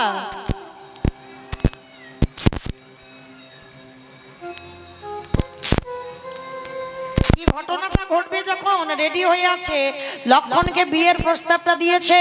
লক্ষণ বলছে সিঁদুর তো পরাবো, চোখ বন্ধ করো। তা যেই না রাক্ষসী চোখটা বন্ধ করেছে, লক্ষণ সবার আগে নাকটা আর কানটা ধরেছে। কিরকম কথাবার্তা হয়েছিল দেখো। আর নাকটা কানটা যেই না ধরেছে, ধারালো চকচকে ওই যে তীর ধনুক লক্ষণের পিঠে একটা তীর টেনে বের করছে, আর বের করে তীরের আগাতে যে ফলাটা চকচক করছে না, ওই শূর্পণখার নাকটাকে ধরে কানটাকে ধরে একেবারে ওই চকচকে অস্ত্রটা দিয়ে একেবারে ছেদন করে দিল। আর যখনই ছেদন করে দিল, রাক্ষসী নিজ রূপে ফিরে এসেছে। দাদা, রাক্ষসী রেগে গিয়ে বলে উঠলে লক্ষণের দিকে তাকিয়ে, অপদার্থ, তোর এত বড় স্পর্ধা! আমি ভালোবেসেছিলাম তোর দাদাকে, তোকে নয়। তাহলে তুই একজন পুরুষ হয়ে একটা নারীর নাক কানটা যখন ছেদন করলি, আমি তোরে অভিশাপ দিলাম, আজ আমার যেমন রক্ত ঝরলো, আমার মতো করে তোরও একদিন রক্ত ঝরবে, ঝরবে, ঝরবে। মিলিয়ে নেন বাবা, সেই লক্ষণ হলো কলিযুগে দাদা নিতাই চাঁদ। আর শূর্পণখার দাদা রাবণ আর কুম্ভকর্ণ কলিযুগে হলো জগাই মাধাই। ভাঁড়ে করে মদ খেত বাবা, বোতল নয়, ভাঁড়ে। ওই ভাঁড়টা কি করে এলো? ওই শূর্পণখার নাক কানটা মাটিতে ফেললো, মাটিতে লীল হলো না, ওই নাক কান থেকে জন্ম নিয়েছিল ভাঁড়ে। অভিশাপ দিয়েছিল শূর্পণখা, আমার দাদা যেদিন এই ভাঁড়ে করে মদ খাবে, কথা দিলাম সেই দিন আমার মতো করে তোরও রক্ত ঝরবে, ঝরবে, ঝরবে। তাই তো বাবা দেখেন, যখন নিতাই চাঁদ হরিনাম দিতে গেল, আর জগাই মাধাই মাতাল নেশাগ্রস্ত, নিতাই চাঁদ হরিনাম দিচ্ছে, আর ওই জগাই মাধাই বলে উঠলেন, বাবাজি নেশাটা আমি বলিনি, জগাই মাধাই করছে, মানে পা তো ঠিক নাই, টলমল হচ্ছে। তবু নিতাই চাঁদ বলছে কি, একবার ভাই কৃষ্ণ বল, হরি বল।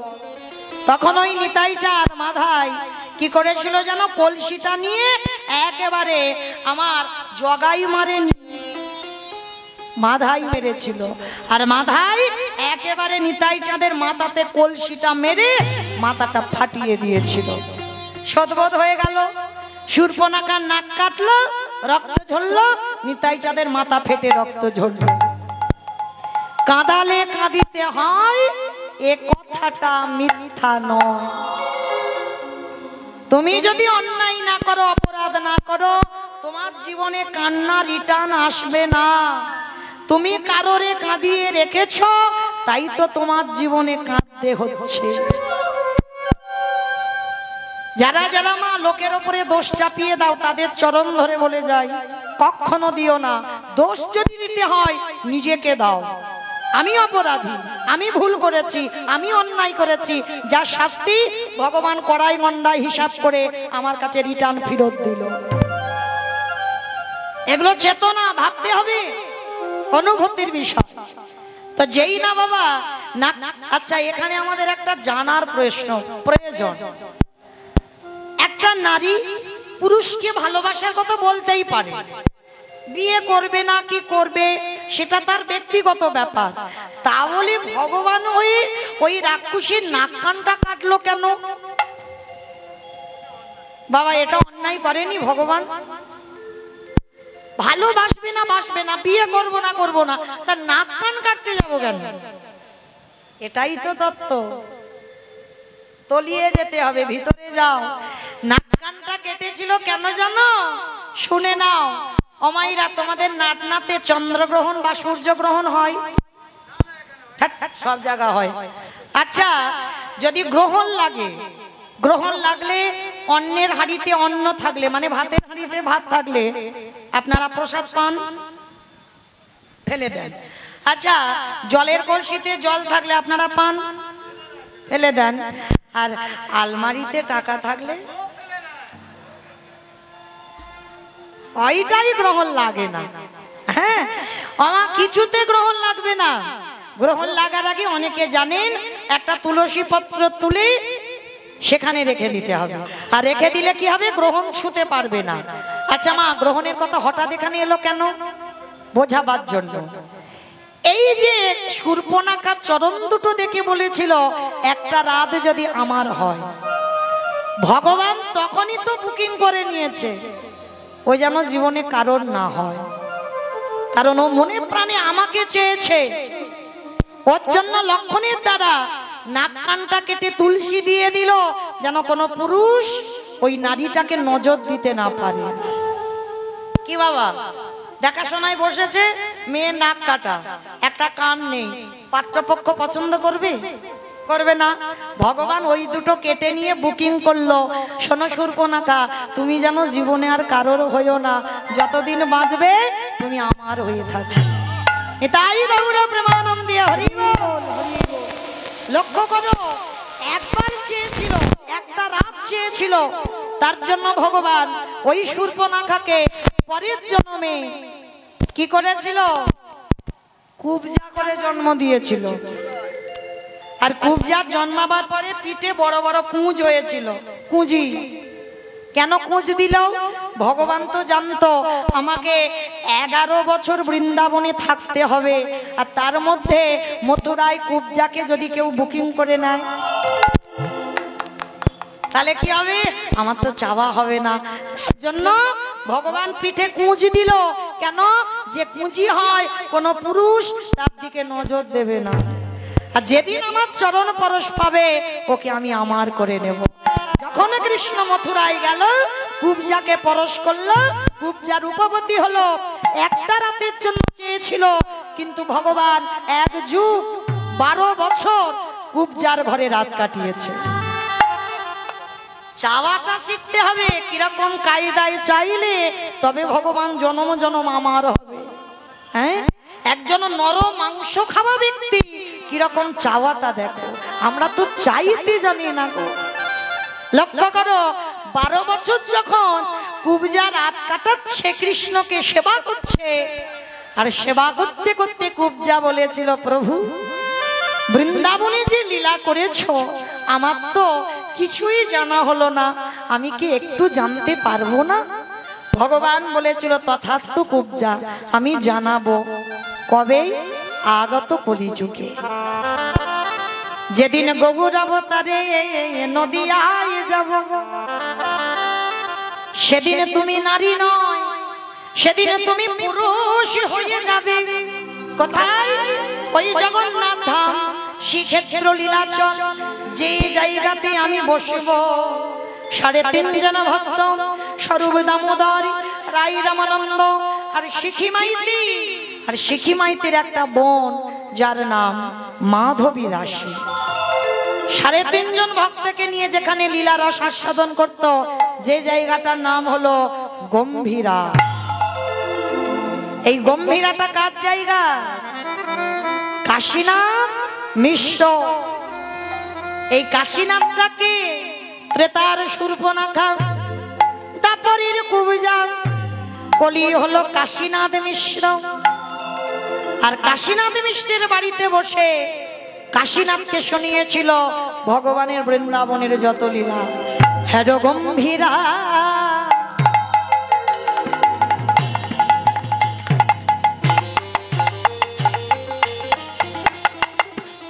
শ্রী গৌরাঙ্গ রায় কৃষ্ণ ভাবনা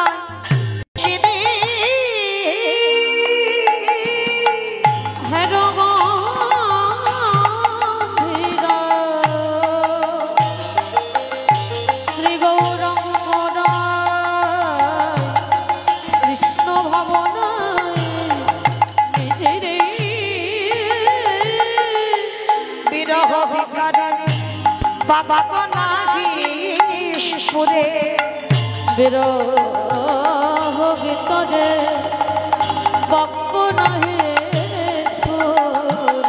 কি হতে কি করবে, বিরহ ভিতরে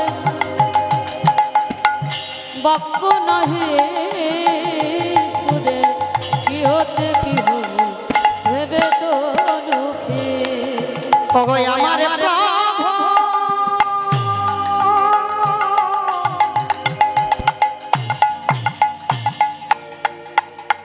দশা বলে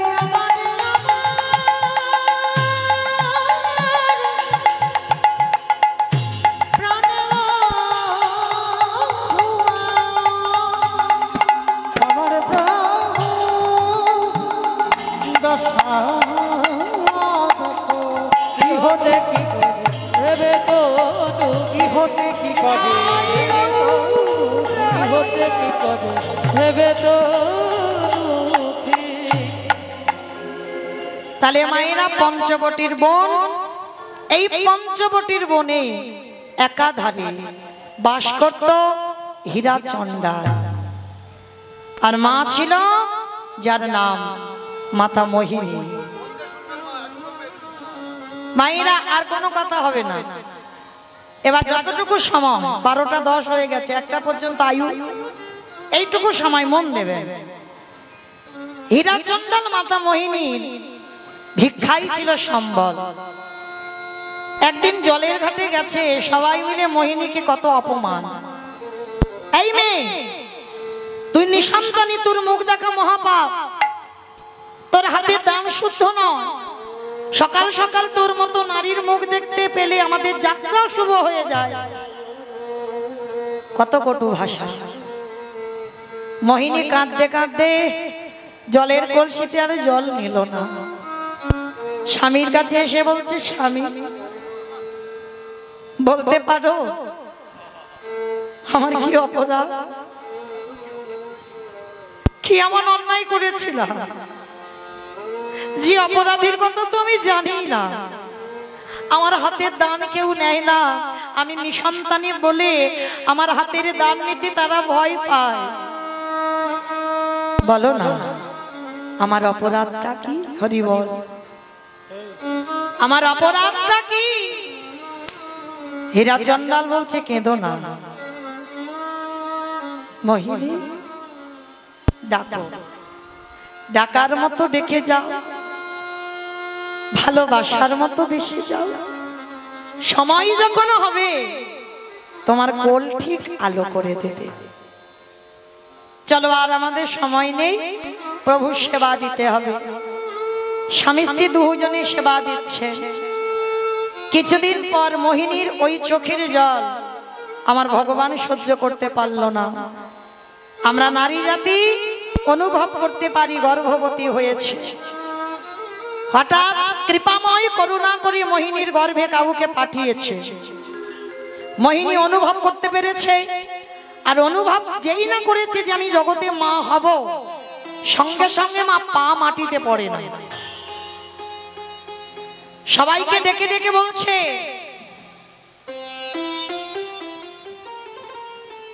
জয় রাধে।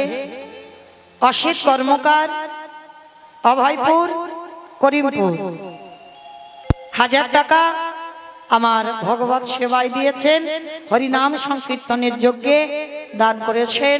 আমার রাধারানীর কাছে আমি প্রার্থনা করব, আমার রাধারানী যেন ভক্তের সকল মনোবাসনা পূর্ণ করে দেন। নিতাই গৌর প্রেমানন্দে হরি বল। তো আজকে যেই না বাবা মোহিনী অনুভব করেছে আমি মা হব, সবাইকে ডেকে ডেকে বলছে, কি গো তোমরা তো খুব বলতে আমার মুখ দেখা মহাপাপ, আমার মুখ দেখে কোথাও গেলে যাত্রা অশুভ হবে, দেখলে তো আমি কেমন অসাধ্যকে সাধন করেছি। অভিমান হলো ভগবানের। মোহিনী, সন্তান জন্ম দেবার আগে তোমার এত গর্ব, মনে রেখো মোহিনী, দৈববাণী করল ভগবান, এই সন্তানের মা তুমি হবে, এই সন্তান পৃথিবীর আলো বাতাস পাবে, কিন্তু অভিশাপ দিয়ে রাখলাম এই সন্তানের কোনোদিন তুমি মুখ দর্শন করতে পারবে না। মোহিনী বুঝতে পারলো না কে অভিশাপটা দিল। মোহিনী বলল, কে তুমি? আমি ওর মা, আমি ওর মুখ দেখতে পাবো না, এটা হয় কোনোদিন?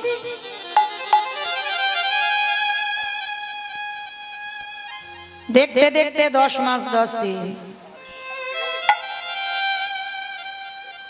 ভগবান পরীক্ষা নেওয়ার জন্য 3 রাত 3 দিন কিছু খেতে পাইনি, এত অভাবের সংসার। গর্ভবতী মা হীরাচন্ডালকে বলছে, স্বামী বড্ড খিদে পেয়েছে, যাও না গো, 3 দিন হয়ে গেল আমি উপবাস, কিছু খাবার এনে দেবে। যেই না কাঁদছে, হীরাচন্ডাল বলছে, মোহিনী তুমি দাঁড়াও, আমি দেখছি কোথায় কি পাওয়া যায়। হীরাচন্দ্র যেই না বার হয়েছে, ভগবান ডাক দিল, পবন দে, বরুণ দে, ইন্দ্র দে, যাও তোমরা জগতে। বাবা এদেরকে ডাকলো কেন? এরা কি করে? এদের কাজ কি? যে এই যে একটু আগে ঝমঝম ঝমঝম করে এলো, বৃষ্টি দেয় বরুণ দেব, ঝড় দেয় পবন দেব, বজ্রপাত ইন্দ্রদেব, তিনজনকে ডেকেছে, যাও। তবে দেখো তোমরা জগতে যাবে বটে, আমার ভক্তের অঙ্গে আঘাত যেন না লাগে। হীরাচন্দ্র বেরিয়েছে স্ত্রীকে খাওয়াবে বলে খাবার আনতে, ভিক্ষা করবে। এদিকে প্রচুর ঝড় বৃষ্টি উঠেছে, আর এত ঝড় বৃষ্টি উঠেছে আর ঘরে ফিরতে পারছে না। গাছের তলায় দাঁড়িয়ে আছে হীরাচন্দ্র। আর ভগবানের লীলা কেমন দেখো, এদিকে সেই পর্ণ কুঠিরে মায়ের প্রসব যন্ত্রণা শুরু হলো। অসহ্য যন্ত্রণায় ছটফট করতে করতে মোহিনীর কোল আলো করে একটা ছোট্ট ফুটফুটে কন্যা সন্তান পৃথিবীতে এলো। কিন্তু ভগবানের দৈববাণী মতো সন্তান যেই না ভূমিষ্ঠ হলো, সন্তানের মুখ দর্শন হলো না। মৃত্যু হয়ে গেল মোহিনী। কিন্তু যেই না মৃত্যু হয়ে গেল, ঝড় বৃষ্টি থেমে গেল। হীরাচন্দ্র অবাক হয়ে গেল, এক্ষুনি এত বৃষ্টি হচ্ছিল, এক্ষুনি এত ঝড়, সব থেমে গেল কি করে? ছুটতে ছুটতে হীরাচন্দ্র আসছে, মোহিনী, মোহিনী, মোহিনী। একি কোনো আওয়াজ নেই? আমি ডাকলে আমার মোহিনী তো ছুটে বেরিয়ে আসতো, আজ আসছে না কেন? তালপাতার কুড়ে ঘর, দরজা ধাক্কা দিচ্ছে। মোহিনী ঘুমালে? দেখো তোমার জন্য কত খাবার এনেছি, তুমি বলেছিলে না খিদে পেয়েছি, দেখো কত খাবার এনেছি। দরজা ধাক্কা দিচ্ছে, কিন্তু কে দরজা খুলবে? যে খুলবে সে তো পৃথিবীতে নেই গো মা। তালপাতার কুড়ে ঘর, তালপাতার দরজা, যেই না ঠেলা দিয়েছে বাবা, দরজাটা খুলে গেছে। আর গিয়ে দেখে না মোহিনী অচৈতন্য, আর পাশে ছোট একটা ফুটফুটে কন্যা সন্তান। কোনদিন তো হীরাচন্দ্র বাবা বলা সম্পদ দেখেনি। যেই না মেয়েটাকে দেখেছে, সবার আগে ছুটে গিয়ে মেয়েটাকে কোলে করে তুলে নিয়েছে। ও মোহিনী, মোহিনী, ও মোহিনী, তুমি তুমি বলেছিলে না তোমার মতো একটা মেয়ে হোক, যে তোমার মতো আমার ভগবানের ভজন সাধন করবে। দেখো তুমি একবার চেয়ে দেখো, কি সুন্দর একটা মেয়ে জন্ম দিয়েছো। এত কথা বলে যাচ্ছে, কে সাড়া দেবে? সে তো নেই পৃথিবীতে। ও মোহিনী, আমি এতক্ষণ কথা বলছি, তুমি কথা বলছো না কেন গো? অঙ্গ স্পর্শ করেছে, অনেকক্ষণ আগে মরে গেছে। আপনারা নিশ্চয়ই কেউ আছে মরা মানুষ স্পর্শ করে দেখবেন, দেহটা শীতল ঠান্ডা, এ শরীরের চামড়াগুলো নরম থাকে না, শক্ত হয়ে যায়। যেই না স্পর্শ করেছে, এ কি তোমার দেহটা তো ঠান্ডা কেন? কি হয়েছে তোমার? নাসিকায় হাত দিয়ে দেখলো আর নিঃশ্বাস পড়ছে না। চিৎকার করে ডাক দিল, দয়াময়,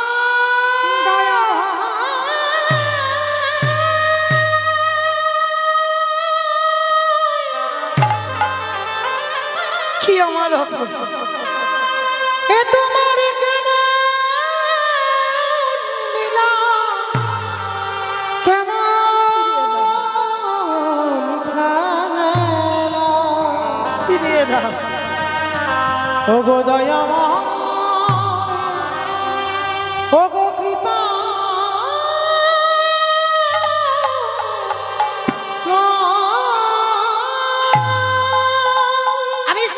তোমার কাছে এমন সংসার? আমি সুখের কে বলেছে এমন সংসার দিতে আমার? লাগে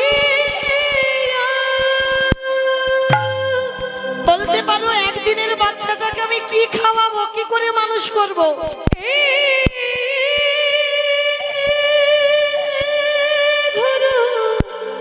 বাবা বাবা, ফিরিয়ে দাও আমার স্ত্রীকে, ফিরিয়ে দাও আমার কাছে, ফিরিয়ে দাও।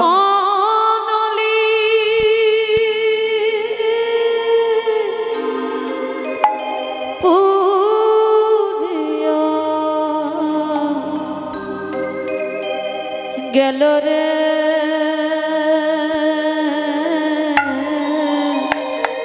বলো আমি একে কি করে মানুষ করব? কি অনলি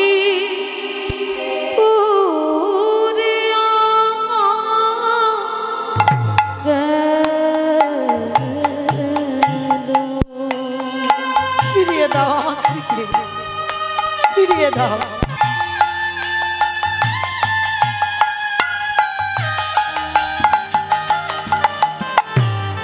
আমি সবুজ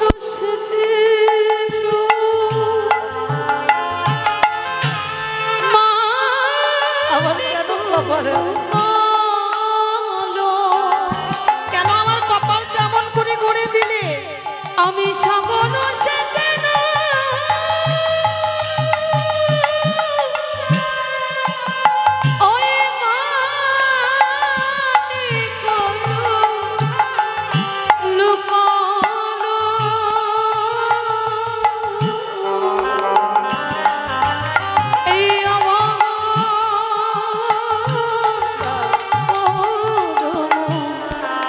দোষরে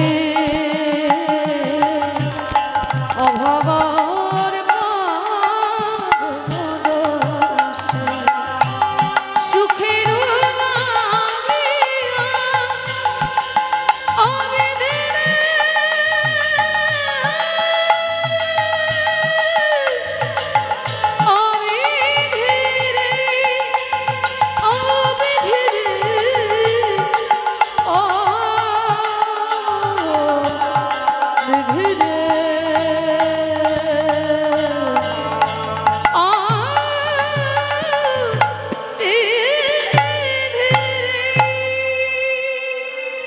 মায়েরা একটা কথা, বাস্তবের কথা বলে যায়, কোন মাকে ছেড়ে যদি কোনো বাবা চলে যায়, চিরজনমের মতো দেহ হারায়, মায়েরা কিন্তু দেখবে বহুদিন বেঁচে থাকে। কারোর উদ্দেশ্য করে বলা নয়, এটা বাস্তব। কিন্তু কোনো বাবাকে ছেড়ে যদি মা চলে যায় চিরদিনের মতো, বেশি দিন বাঁচে না, কখনো বাঁচতে পারে না। কেন জানো? বড় একা হয়েছে,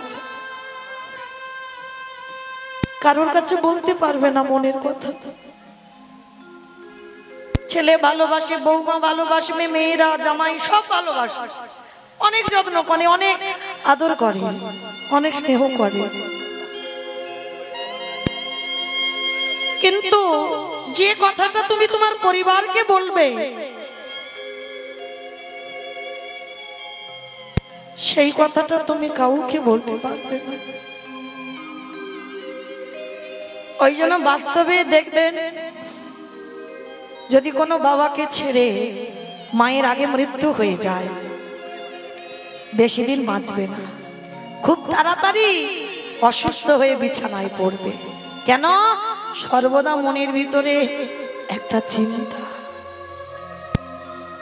আর কোন সন্তান জন্ম দিয়ে যদি বাবা চলে যায়, মা কিন্তু দেখবেন ঠিক মানুষ করে ফেলে, কিন্তু একটা বাবা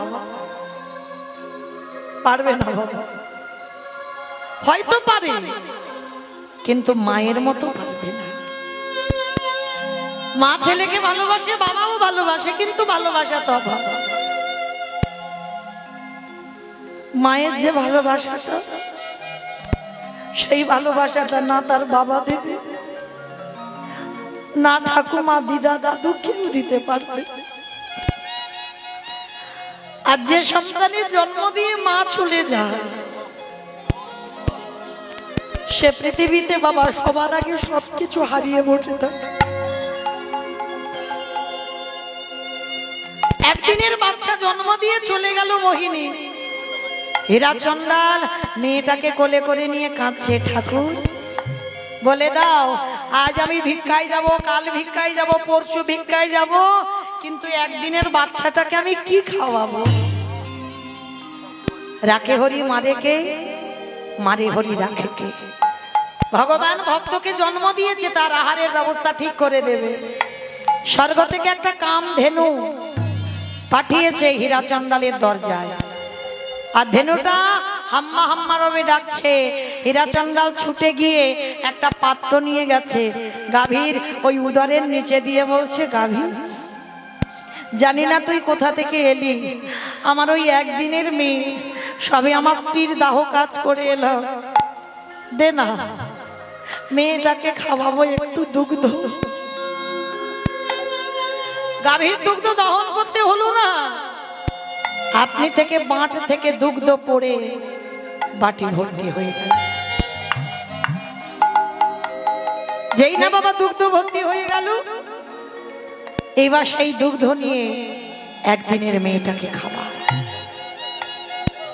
প্রতিদিন গাভীটা স্বর্গ থেকে আসে, দুধ দেয়, চলে যায়।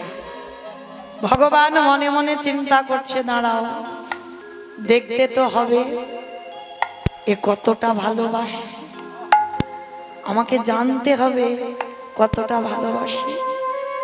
ঘরে হীরাচন্দাল মেয়েটাকে রেখেছে, আর মেয়েটাকে রেখে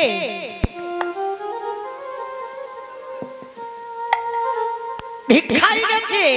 আর ভিক্ষায় গিয়ে যেই না বাবা ঘরে ফিরবে, আর ওই মেয়েটা তখন 6 বছর বয়স। বাবা মেয়েটার নাম রেখেছে কি জানো? আমার বলতে যা কিছু আছে সবরী। মেয়েটার নাম রেখেছিল সবরী। বাবা হীরাচন্দাল ভিক্ষায় গেছে, এইবার ভিক্ষা করে নিয়ে ফিরবে, আর ভগবানের পরীক্ষা শুরু হলো। কিরকম? ওই ঘুমের ঘরে ওই সবরী মায়ের পাটা লেগে একটা প্রদীপ জ্বলছিল, উল্টে পড়ে গেছে। আর যখনই উল্টে পড়ে গেল, ওই তাল পাতার পুড়ে ঘরটা দাউ দাউ করে জ্বলে উঠে। সবরী জানে না ঘুমাচ্ছে, কিন্তু যে মাতৃ স্নেহে দুধ দিয়ে যায় সে স্বর্গ থেকে ছুটে এসেছে, বড় বড় শিং দিয়ে সবরী মাকে জাগিয়ে দিয়েছে। আর সবরী মাকে জাগিয়ে যেই না দিল, চিৎকার করলো, আগুন আগুন আগুন। চারদিকে আগুন দাউ দাউ করে জ্বলছে, আর ওই গাভীটা সবরী মাকে নিয়ে উদরের নিচে একটা বট বৃক্ষের তলায় বসে আছে। হীরাচন্দাল জানে না, হীরাচন্দাল ভিক্ষা করে ফিরছে। রাধা কৃষ্ণ সেবিব জীবনে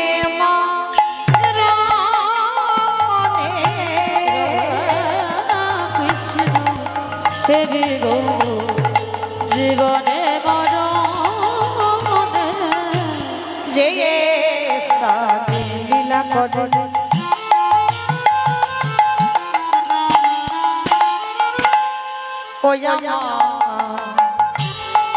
যুগল কৃষ্ণ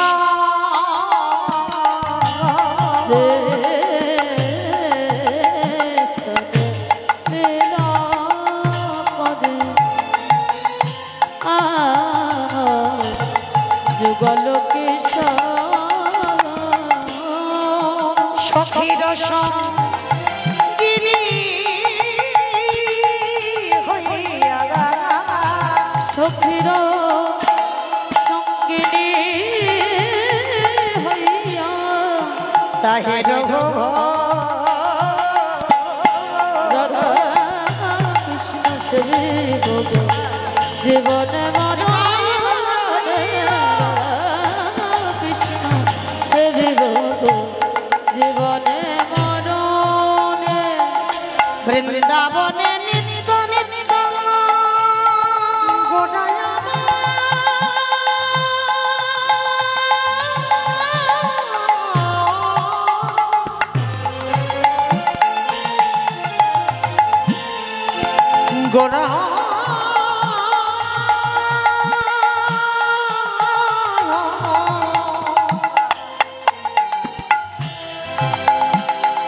গোনা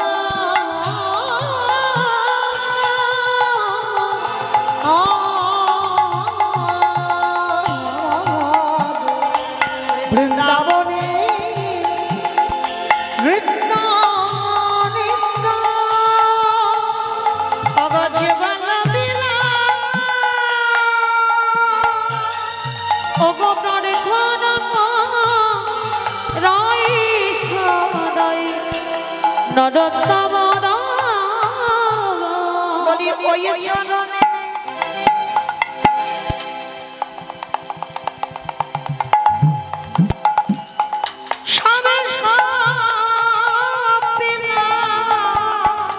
আমার দেহ মন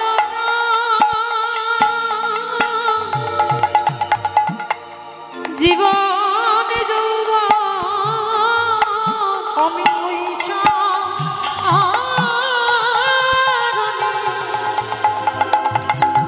সবই ওই নাম্বার ধনা করই সদা নরোত্তম আমার প্রার্থনা করি সদাই নরোত্তম আস্তে এইবার লক্ষ্য করে দেখেন মাইরা আজকে সবরী মা বাবা যেই না ঘরের দরজায় এসেছে দেখে না ততক্ষণে ঘরটা পুড়ে ছাই ও প্রথমে তুমি আমার স্ত্রী কেড়েছো, তারপরে তুমি আমার ঘর কেড়েছো, তারপরে তুমি আমার মেয়ে সবরীকেও নিয়েছো। এবার আমার পালা তো, আমার নিতে হবে না, আমি আসছি তোমার কাছে। হীরা চন্দ্রালী আত্মহত্যা করবে বলে সবে ওই সরুজ নদীর জলে ঝাঁপ দিতে যাবে, হঠাৎ দেখলো কি জানো, বট বৃক্ষের তলে সবরী।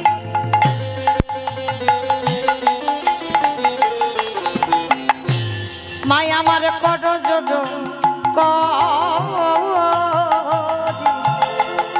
বট বৃক্ষের তলে সবরী মা আমার করজর আবারে গাভীর উদর তলে ভজে নষ্টি হরি। আবার গভীর তলে হরে হরি সবরী কর জোরে নামে সবরী করজরি নাম করি। এরা চন্দ্রাল যেই না দেখেছে মেয়েটা গাভীর উদরের হ্যাঁ মা তোর কিছু হয়নি, হবে কেন বাবা, ওই যে রাখে হরি মারে কে, মারি হরি রাখে কে, এই গোমাতা তোমায় বাঁচিয়েছে। চরণটা জড়িয়ে ধরল, ওরে পশু কুলে জন্ম নিয়ে তুই মানুষের থেকেও বেশি কাজ করে দেখালি, হ্যাঁ যেটা মানুষ হয়ে করে দেখাতে পারে না তুই পশু হয়ে করে দেখালি। যেমন দেখিয়েছিল বাবা ত্রেতা যুগে ভক্তপ্রভার বীর হনুমান, সীতামাকে জিজ্ঞেস করেছিল যেদিন, সীতামাকে বলেছিল আমার মা ওই নারীরা মাথাতে লাল মতোটা কি পরে গো, বলে বাবা সিঁদুর। ও মা সিঁদুর কেন পরে, ও সিঁদুর কেন পরে,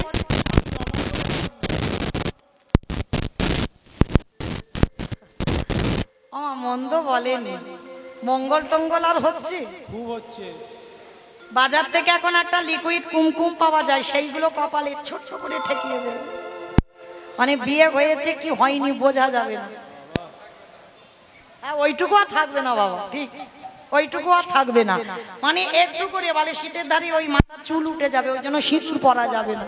হ্যাঁ আবার সিঁদুরের এত দাম টান মেরে গেছে লিকুইড কুমকুম, অপরাধ নিও না মা। আমি বলে যাচ্ছি ওটা সিঁদুর নয়।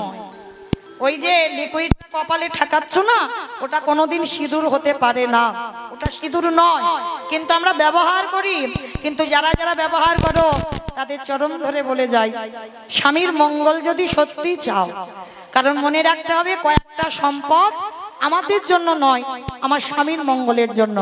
যেমন হাতের শাঁখা, পলা, লোহা, শীতের সিঁদুর, এ কটা আমার জন্য নয়। কারণ আমার জন্য যদি হতো বিয়ের আগে মেয়েরা ব্যবহার করতে পারত। হ্যাঁ, এখন তো বাবা মডার্ন যুগ, শাঁখা পড়বে তো পলা পড়বে না, পলা পড়বে তো শাঁখা পড়বে না। আবার দেখবেন যারা শিক্ষার জায়গায় দাঁড়ায়, স্কুল কলেজের যারা দিদিমণি হয়েছে ওদের আবার বেশি, হাতে একটা করে ঘড়ি পড়বে আর একটা করে চুড়ি। খুঁজে পাওয়া যাচ্ছে না শাঁখা সিঁদুর। শাঁখা কোথায় রাখে খুঁজে পায় তোর বউ, মডার্ন তো পার্লার, খুঁজে পায় না কোথায় শাঁখা পলা রেখেছে। হ্যাঁ, এই তো কলির দশা। কিন্তু মনে রাখতে হবে আমরা হিন্দু ধর্মের মানুষ, আমরা সনাতন ধর্মের মানুষ। হ্যাঁ, এই কটা সম্পদ গুছিয়ে রাখতে হবে, তবে তোমার স্বামীর মঙ্গল। তা সীতামা যখন বলছে, আমি মৌমিতা বলিনি কিন্তু সীতামা বলল, তা হনুমান বলছো মা তা তুমি মাথাতে সিঁদুর কেন দিয়েছ?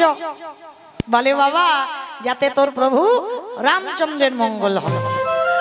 ও, তুমি আমার প্রভুর মঙ্গলের জন্য সিঁদুর পরো? হনুমান তো মানুষ নয়, কপিকুলে জন্ম, অত শত বুদ্ধি শুদ্ধিও নেই। তো যেই না শুনেছে মা প্রভুর মঙ্গলের জন্য সিঁদুর পরে, ভোরবেলা সারা রাত আর বেটা ঘুমায়নি হনুমান। ভোরবেলা গঙ্গা স্নান করি সীতামার ঘরে দেখে না 3 কৌটো সিঁদুর বসানো, আর সেই 3 কৌটো সিঁদুর মাথা থেকে পা পর্যন্ত বেশ করে মেখেছে।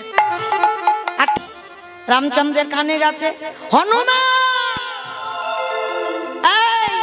এদিকে আয়, এ কি লাল করেছিস কেন সারা গায়ে? বলে প্রভু আমি জানবো কি করে? আমি মাকে বললাম, মা ওই মেয়েরা কেন মাথাতে সিঁদুর দেয়? বললো তার স্বামীর মঙ্গলের জন্য। আমি বললাম, মা তুমি কেন সিঁদুর পরো? বললো তোর প্রভু রামচন্দ্রের মঙ্গলের জন্য। ওগো মা গো, ওইটুকু সিঁদুর মাথায় দিয়ে আমার মা যদি তোমার মঙ্গল চাইতে পারে, আজ আমি মাথা থেকে পা পর্যন্ত সিঁদুর মেখে এই হনুমান বলো বলো কত না তোমার মঙ্গল হলো।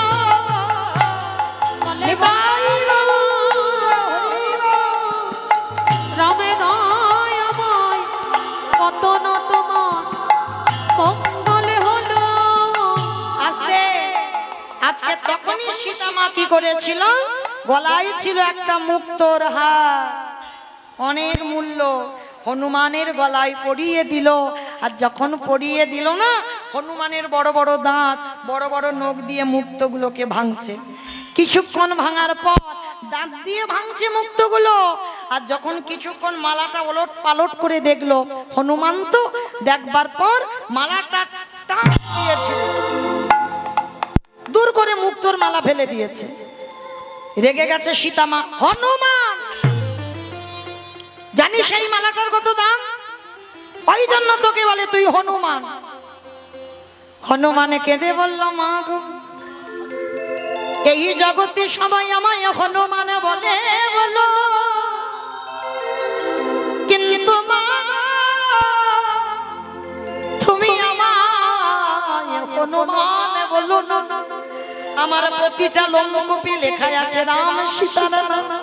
সেই দিন হনুমান বড় বড় নখ দিয়ে বক্ষটা বিদীর্ণ করে দেখালো, দেখো মা হৃদয়ে রাম সীতা যুগলে বসে আছে। ওই হৃদয়ে বসে আলো করে রাম সীতা যুগলে বসে আছি। আজকে হীরাচন্দালও বলল সেদিন হনুমান যেমন দেখিয়েছিল, আর আজকে তুই গাভী খুলে জন্ম নিয়ে তুই দেখালি। এইবার নতুন করে সংসার বাঁধলো, একটা পাতার করে ঘর করে। ভগবান মনে মনে ভাবছে, ওর মাকে কেড়ে নিলাম, ওর ঘর পুড়িয়ে দিলাম, ওই ভক্ত জব্দ হলো না তো? ভালো করে ঘষে মেজে নিতে হবে না? হ্যাঁ, আবার পরীক্ষা শুরু হবে। 3 দিনের জ্বরে দৈব দুর্ঘটনায় হীরা চণ্ডালের মৃত্যু হলো। কি গো মায়েরা, কপাল দেখো, এমনি এমনি ভক্ত নয়। তুমি অট্টালিকাতে বসে কি কৃষ্ণ ভক্ত হবে মনে করেছো? কষ্ট, জ্বালা, যন্ত্রণা ভোগ করতে শেখো, তবে তো কৃষ্ণ ভক্ত হবে।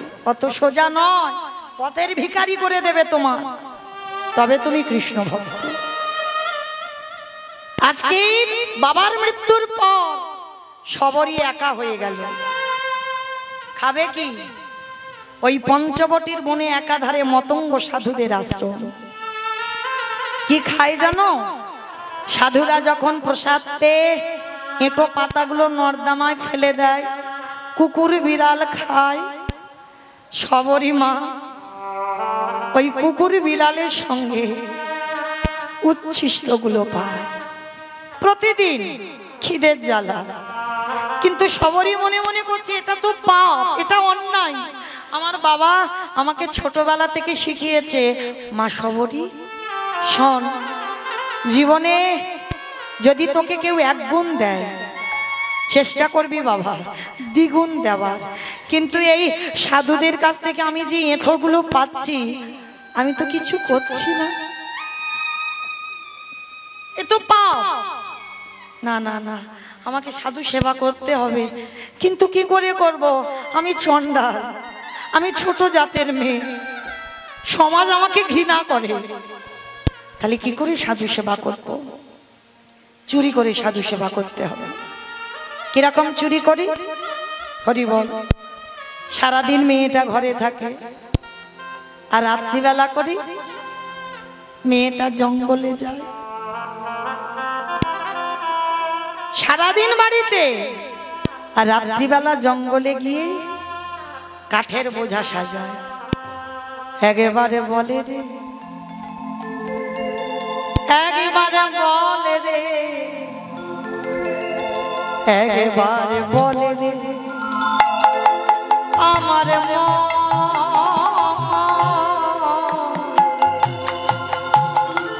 কতদিনে পাবি রে তুই সাধুর চরণ। একেবারে বলে রে, একেবারে বলে রে, বলে রে আমার কতদিনে পাবি রে তুই সাধুর চরণ। কাঠের বোঝাগুলো নিয়ে সবরী মা প্রতিনিয়ত ওই সাধুদের রান্নাঘরে দেয়, আর সবরীর ওই গুড়ানো জ্বালানি কাঠে সাধুরা রান্না করে প্রসাদ পায়, আর তাতেই চুরি করে সাধু সেবা হয়ে গেল। একদিন বাবাজিরা সবাই মনে মনে করছে, হ্যাঁ রে, এত এত রান্নাঘরে কাঠ কোথা থেকে আসে রে? সবাইকে জিজ্ঞেস করছে, কেউ তো জানে না। বলে দাঁড়া, আজকের আমরা একটা ছলনা করব, ঘুমানোর ভান করে থাকবো, আর দেখবো কি আমাদের এই রান্নাঘরে কাঠ দেয়। সাধুরা চোখ বন্ধ করে কপট নিদ্রায় আছে, কান খোলা, চোখ শুধু বন্ধ। আর সবরী মা 6 বছরের মেয়ে, সবে মাত্র ওই কাঠের বোঝাটা রান্নাঘরে ফেলেছে। সাধুর দল পিছন থেকে এসে সবরীর হাতটাকে চেপে ধরেছে। এই মেয়ে, কে তুই? নাম কি? থাকিস কোথায়? বাবা মাকে? বাড়ি কোথায়? অনেক প্রশ্ন। সবরী মার একটা উত্তর, আমি সবরী। ও, তুই সেই হীরা চণ্ডালের মেয়ে না, যে মেয়েটাকে জন্ম দিয়ে মা মরে গেল, কদিন আগে যার বাবা মরে গেল, যার ঘর পুড়ে গেল, তুই সেই সবরী? হ্যাঁ, আমি সেই সবরী। ছি ছি ছি ছি ছি ছি ছি গো, হাই হাই হাই গো, একটা চণ্ডালিনী, সে কিনা ওই জ্বালানি কাঠ এনে দেয়, আর তার গুড়ানি জ্বালানি কাঠি আমরা রান্না করে প্রসাদ পাই। এই ছোট জাতের মেয়ে। সাধুরা বারবার ছোট জাত, ছোট জাত, ছোট জাত। ছোট মেয়ে সবরী সাধুদের বলল, আচ্ছা তোমরা যে আমাকে বলছো আমি ছোট জাত, ছোট জাত,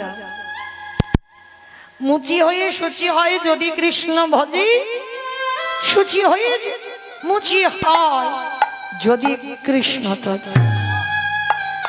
আমার ভগবানের কাছে তো জাত বিচার হয় না, তোমরা তো জাত বিচার করো কেন গো? ছোট মেয়ে যেমন কথা বলে, সাধুরা বলে বলে নেই তোর কাছ থেকে আমরা জ্ঞান অর্জন করবো, হ্যাঁ দেখাচ্ছি মজা তোর দ্বারা। ওই জ্বালানি একটা কাঠ টেনে নিয়ে সবরীকে মারছে, দূর হয়ে যা, বেরিয়ে যা, দূরে দয়া মা,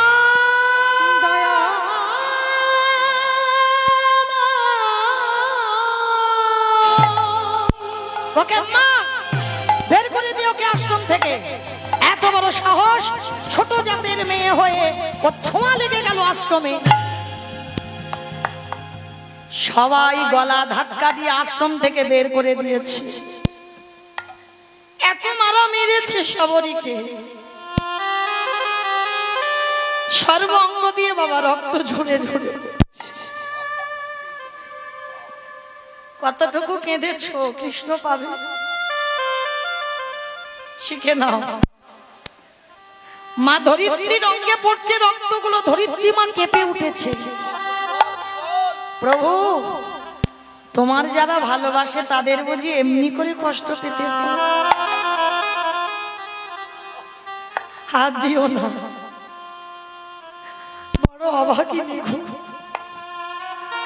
বড় দুঃখী গো মেয়েটা। ওই সাধুদের মধ্যে একজন সাধু ছিল যার নাম রামানন্দ স্বামী, সবরীমার দীক্ষা গুরু। ওই সবরীমাকে বুকে জড়িয়ে ধরেছে, আয় তোর কৃপা কেন হচ্ছে না আমি বুঝতে পারছি, কারণ তোর আশ্রয় হয়নি। দেহ শুদ্ধ না হলে পরমাত্মা রূপী ভগবান জীবাত্মার মধ্যে প্রবেশ করবে কি করে? গুরু চরণ ধরে দেহটা শুদ্ধ করতে হবে না? তারপরে রামানন্দ স্বামী সবরীমাকে দীক্ষা দিল। দীক্ষা দিয়ে সবরীমার মাথায় হাত দিয়ে বলছে, শোন, যা কিছু খাবি, যা কিছু করবি, সবটাই প্রভুকে দিয়ে পাবি। হরি বল। সবরী বলল, গুরুদেব আমার তো কিছু নেই। কে বলেছে কিছু নাই? তোর যেটা আছে সেটা কারণ নাই। সে কি, আমি তো কাঙালি, আমার কিছু নেই। আছে আছে, তোর আছে হৃদয়ে ভরা ভক্তি। ওই জায়গাটাই তো ভগবান দুর্বল, তোর ওটা তো আছে। সবরই নতুন করে ভজন শুরু হচ্ছে। ঘর বাড়িতে থাকে না, গাছতলায় বাস। প্রতিদিন জঙ্গল থেকে ফল পাড়ে, যেটা মিষ্টি, যেটা সুস্বাদু, সেটা খেয়ে দেখে নাই, রেখে দেয় ঝুড়িতে। আর যেটা টক, যেটা তিতো, সেটা নিজে খায়। কি বাবা, এরকম সেবা দিয়েছো মা? বাজার থেকে আম কিনে এনেছো, এত টক খাওয়া যাচ্ছে না, না দেখে ভগবানকে দিলেন, খাবে কি করে? আগে নিজে দেখে নাও তোমার উপযুক্ত কিনা। এরকম ভক্ত সবরী মা নিজে না দেখে জীবনে কোনোদিন প্রভু রামকে কিছু দেয় না। কেন? সবরীর বাবা সবরীকে ছোটবেলায় একটা গল্প করেছিল, মনে আছে? রামের শত্রু রাবণ, সবরীর ভয়, রাবণ যদি ফলের মধ্যে বিষ দিয়ে দেয় তাহলে তো আমার রামচন্দ্রের মৃত্যু হবে।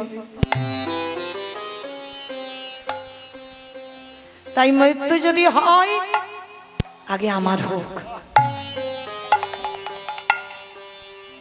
তাই সবরই মা প্রতিদিন এঁঠো ফলগুলো পেরে রাখে। আচ্ছা মা, ওই এঁঠো ফল থাকে বেশি দিন? অর্ধেক কামড়ে রেখে দিয়েছো, থাকবে? পোকা হবে, পচে যাবে, ফেলে দিতে হবে। আর দেখবেন কোন কোন ভাগ্য চক্রে এঁঠো করা ফল শুকিয়ে যায়।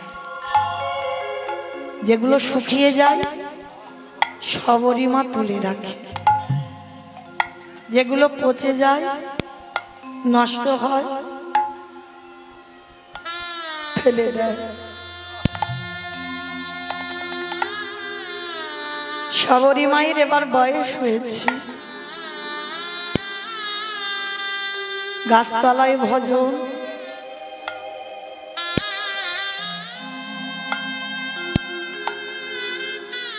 দেখা দাও দেখা দাও দেখা দাও।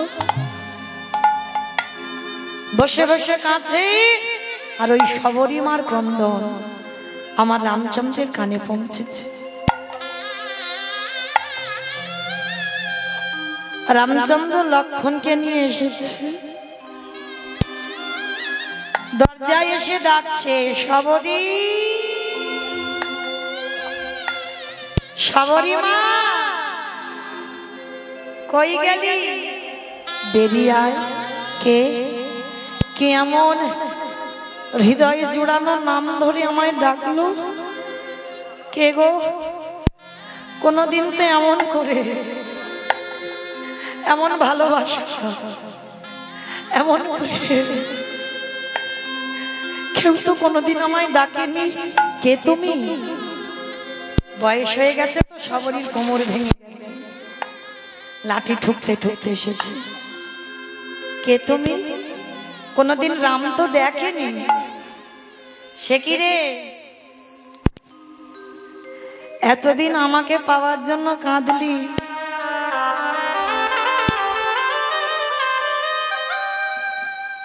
আমি এলাম, চিনতে পারছিস? প্রভু তুমি এসেছো, কিন্তু আমি কোথায় বসতে দেব?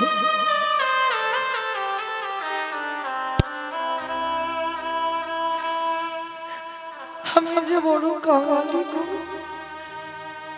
বসতে দেওয়ার মতো কোনো বস্তু আমার ঘরে নেই। সবরী মা ছুটে গেল গাছতলায়, আর গাছতলায় গিয়ে কিছু শুকনো পাতা এনেছে, বিছিয়ে দিয়েছে। প্রভু বসো, আমার আসন নেই, সিংহাসন নেই, শুকনো পাতা, বসো। বসেছি। আচ্ছা মা, ধরো তোমাদের ঘরে কোনোদিন আমার ভগবান এলো, কোন কাল চক্রে, কোন ভজন সাধনায় ভগবান এলো। ভগবান এলে বসতে দেব কোথায়? আসন বা চেয়ার? বসো। তাড়াতাড়ি করে ঘটিতে জল আনবো পা ধোবার জন্য। ভগবান এসেছে, সবরী মা তাও তো নেই গো, কি দিয়ে ধোয়াবে? চরম দুখানা।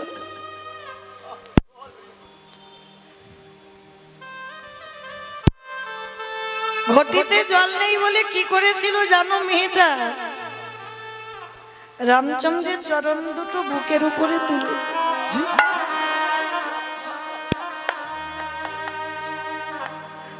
ভালোবাসা দেখো, ভাষাটা কেমন তৈরি করেছে।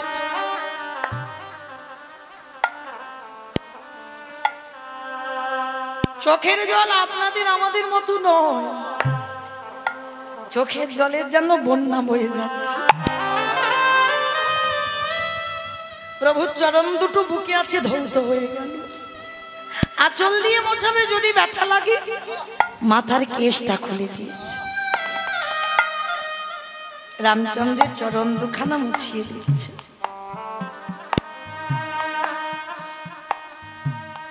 রামচন্দ্র বলছে, মা সবরী, বড্ড খিদে পেয়েছে, খেতে দিবি মা? প্রভু তুমি খাবে? তুমি খাবে? আমার মতো একটা ছোট জাতের বাড়ি ছু কথা নয়। আমার কাছে ছোট জাত বড় জাত হয় না, আমার কাছে একটাই জাত, সবাই আমার চরণের দাস, আর কোনো পরিচয়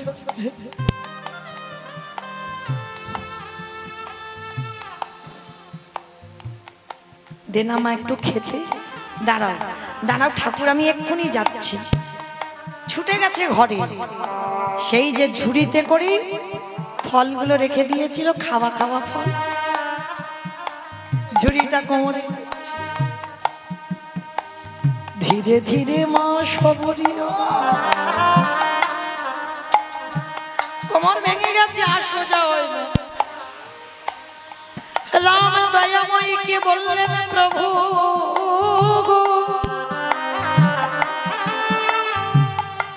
যখন আমার সময় ছিল তখন তুমি আমার কাছে এলে না, আজ আমার সময় নেই, সময় চলে গেল, তুমি এসেছো। ঝুড়ি থেকে একটা ফল নিয়েছে। আমার ভগবান অনেক লম্বা তো, রামচন্দ্র। আর সবরী মা কোমর ভেঙে গেছে, হাত আর উঠছে না প্রভুর বদন। ভগবান বললেন, সবরী এই জগতে ভক্ত যখন আমার কাছে পৌঁছাতে না পারে, আমি ভগবান হয়ে সেই ভক্তের ধারে, সেই ভক্তের ধারে নিজে মাথা নত করে ওরে সবরী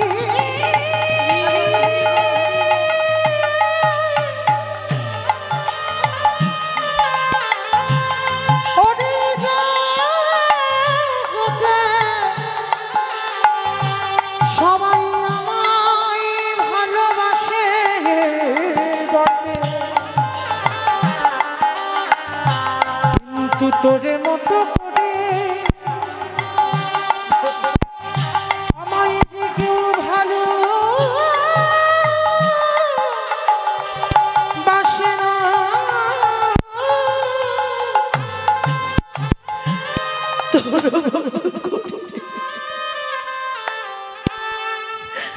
কেউ কোনোদিন আমায় ভালোবাসে, সবাই আমায় মন্ত্রে তন্ত্রে ডাকে, সবাই কত দামি দামি খাবার দিয়ে ডাকে,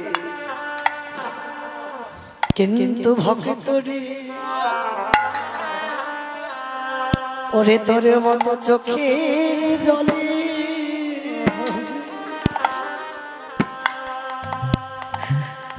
জলে আমারে কেউ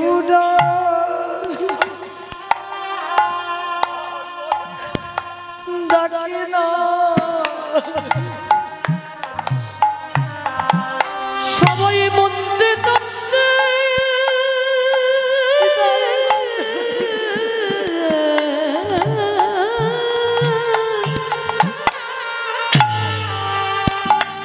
সবাই মন্ত্রে তন্ত্রে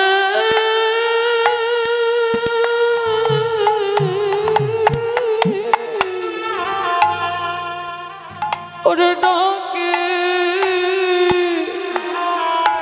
বটে,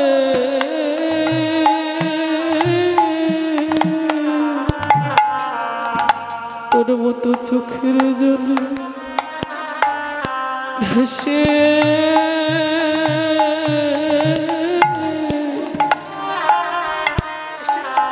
ওরে কেউ না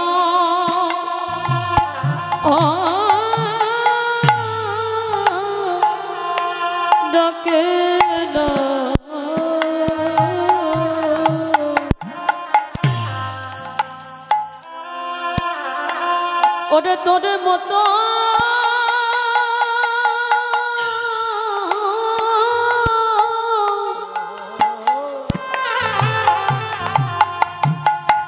ওরে তোর মতো এমন প্রেম দিয়ে না এমন করে ওরে কেউ ডাকে না ওরে সবরি রে তোর মতো ভক্তি আর প্রেম দিয়ে যদি কেউ ডাকার মতো ডাকে আমার ভক্ত বাৎসল্য ভগবান হয়ে আর কি কোনদিন থাকিতে পারে দে মা সবরি আমি সেবা করব। আর যেই না সবরি দিতে গেল লক্ষণ পাশে দাঁড়িয়েছিল, এইবার হাতটাকে ধরে ওই ফলটা কেড়ে নিয়ে দূর করে ফেলে দিয়েছে। আর যেখানে ফেললো পড়ে গেল বাবা সবরই নেটো ফলটা গন্ধমাদন পর্বত। আর ওই গন্ধমাদন পর্বতে যখন পড়লো সবরী মা রেগে গিয়ে অভিশাপ দিয়েছিল, লক্ষণ যেভাবে আজকের আমার ফল রামকে খেতে দিলেন, একদিন না একদিন যেদিন তুই মৃত্যুর সঙ্গে লড়াই করবি, আমার এই মুখের এটো ফল না হলে তুই বাঁচবি না, বাঁচবি না, বাঁচবি না। সেটা থেকে হলো বিশল্য করলি পাতা। লক্ষণ শক্তিশালী যখন বলল, হনুমান বিশল্য করলি পাতার রস দিয়েছিল। মায়েরা আমার যাবার বাঁশি বেজে গেছে, চলে যাব আপনাদের চরণ থেকে। এই মুহূর্তে আপনাদের জন্য সেবার ব্যবস্থা তৈরি হয়ে গেছে। আপনারা প্রত্যেকটা ভক্ত, যত যত ভক্ত এসেছেন প্রত্যেকে আপনারা প্রসাদ পাবেন। আপনারা সেবা করে আবার পরবর্তী দিদি ভাই আসবেন, লীলা কীর্তন পরিবেশন করবেন, আপনারা লীলা কীর্তন শ্রবণ করবেন। সেদিন আমার রামচন্দ্র বলেছিল, সবরী এ জন্মে আমার ভাই তোর এঁটো বলে খেতে দিল না, কথা দিলাম আগত দাপরিতে যেদিন আমি কৃষ্ণ হয়ে ব্রজের মাটিতে যাব, কথা দিলাম সেদিন তুই মথুরায় জন্ম নিবি, তোর নাম হবে মালিনী। ফল বিক্রি করতে করতে ওই মালিনী যেদিন নন্দালয়ে এসেছিল, আর গোপাল হামাগুড়ি দিয়ে ওই ফল বালির কাছ থেকে ফল কিনে খেয়েছিল, বিনিময়ে কি দিল? দুমুঠো ধান। আর সেই ধান ধান নয়, বাড়িতে গিয়ে দেখলো সোনার ধানে পরিণত হলো। নিতাই গৌর প্রেমানন্দে হরি বল। এইবার সেই মতঙ্গ সাধুদের কাছে সবরী মাকে নিয়ে গেল। সাধুরা বলছে, প্রভু ও ছোট জাত, বলে চুপ, আবার বলে ছোট জাত, ওরই জন্য আজকের আমাদের দর্শন হলো। সবরী মা বলল, প্রভু সেই যখন কৃপা করে সেই দাপরেতে আমার কৃপা করবে, তাহলে দাপরের রূপটা একবার দেখাও। ভক্ত বাৎসল্য ভগবান আজকে দাপরে সবরীকে যেভাবে কৃপা করবে, ত্রেতা যুগে সবরী মাকে সেই রূপে দর্শন দিয়ে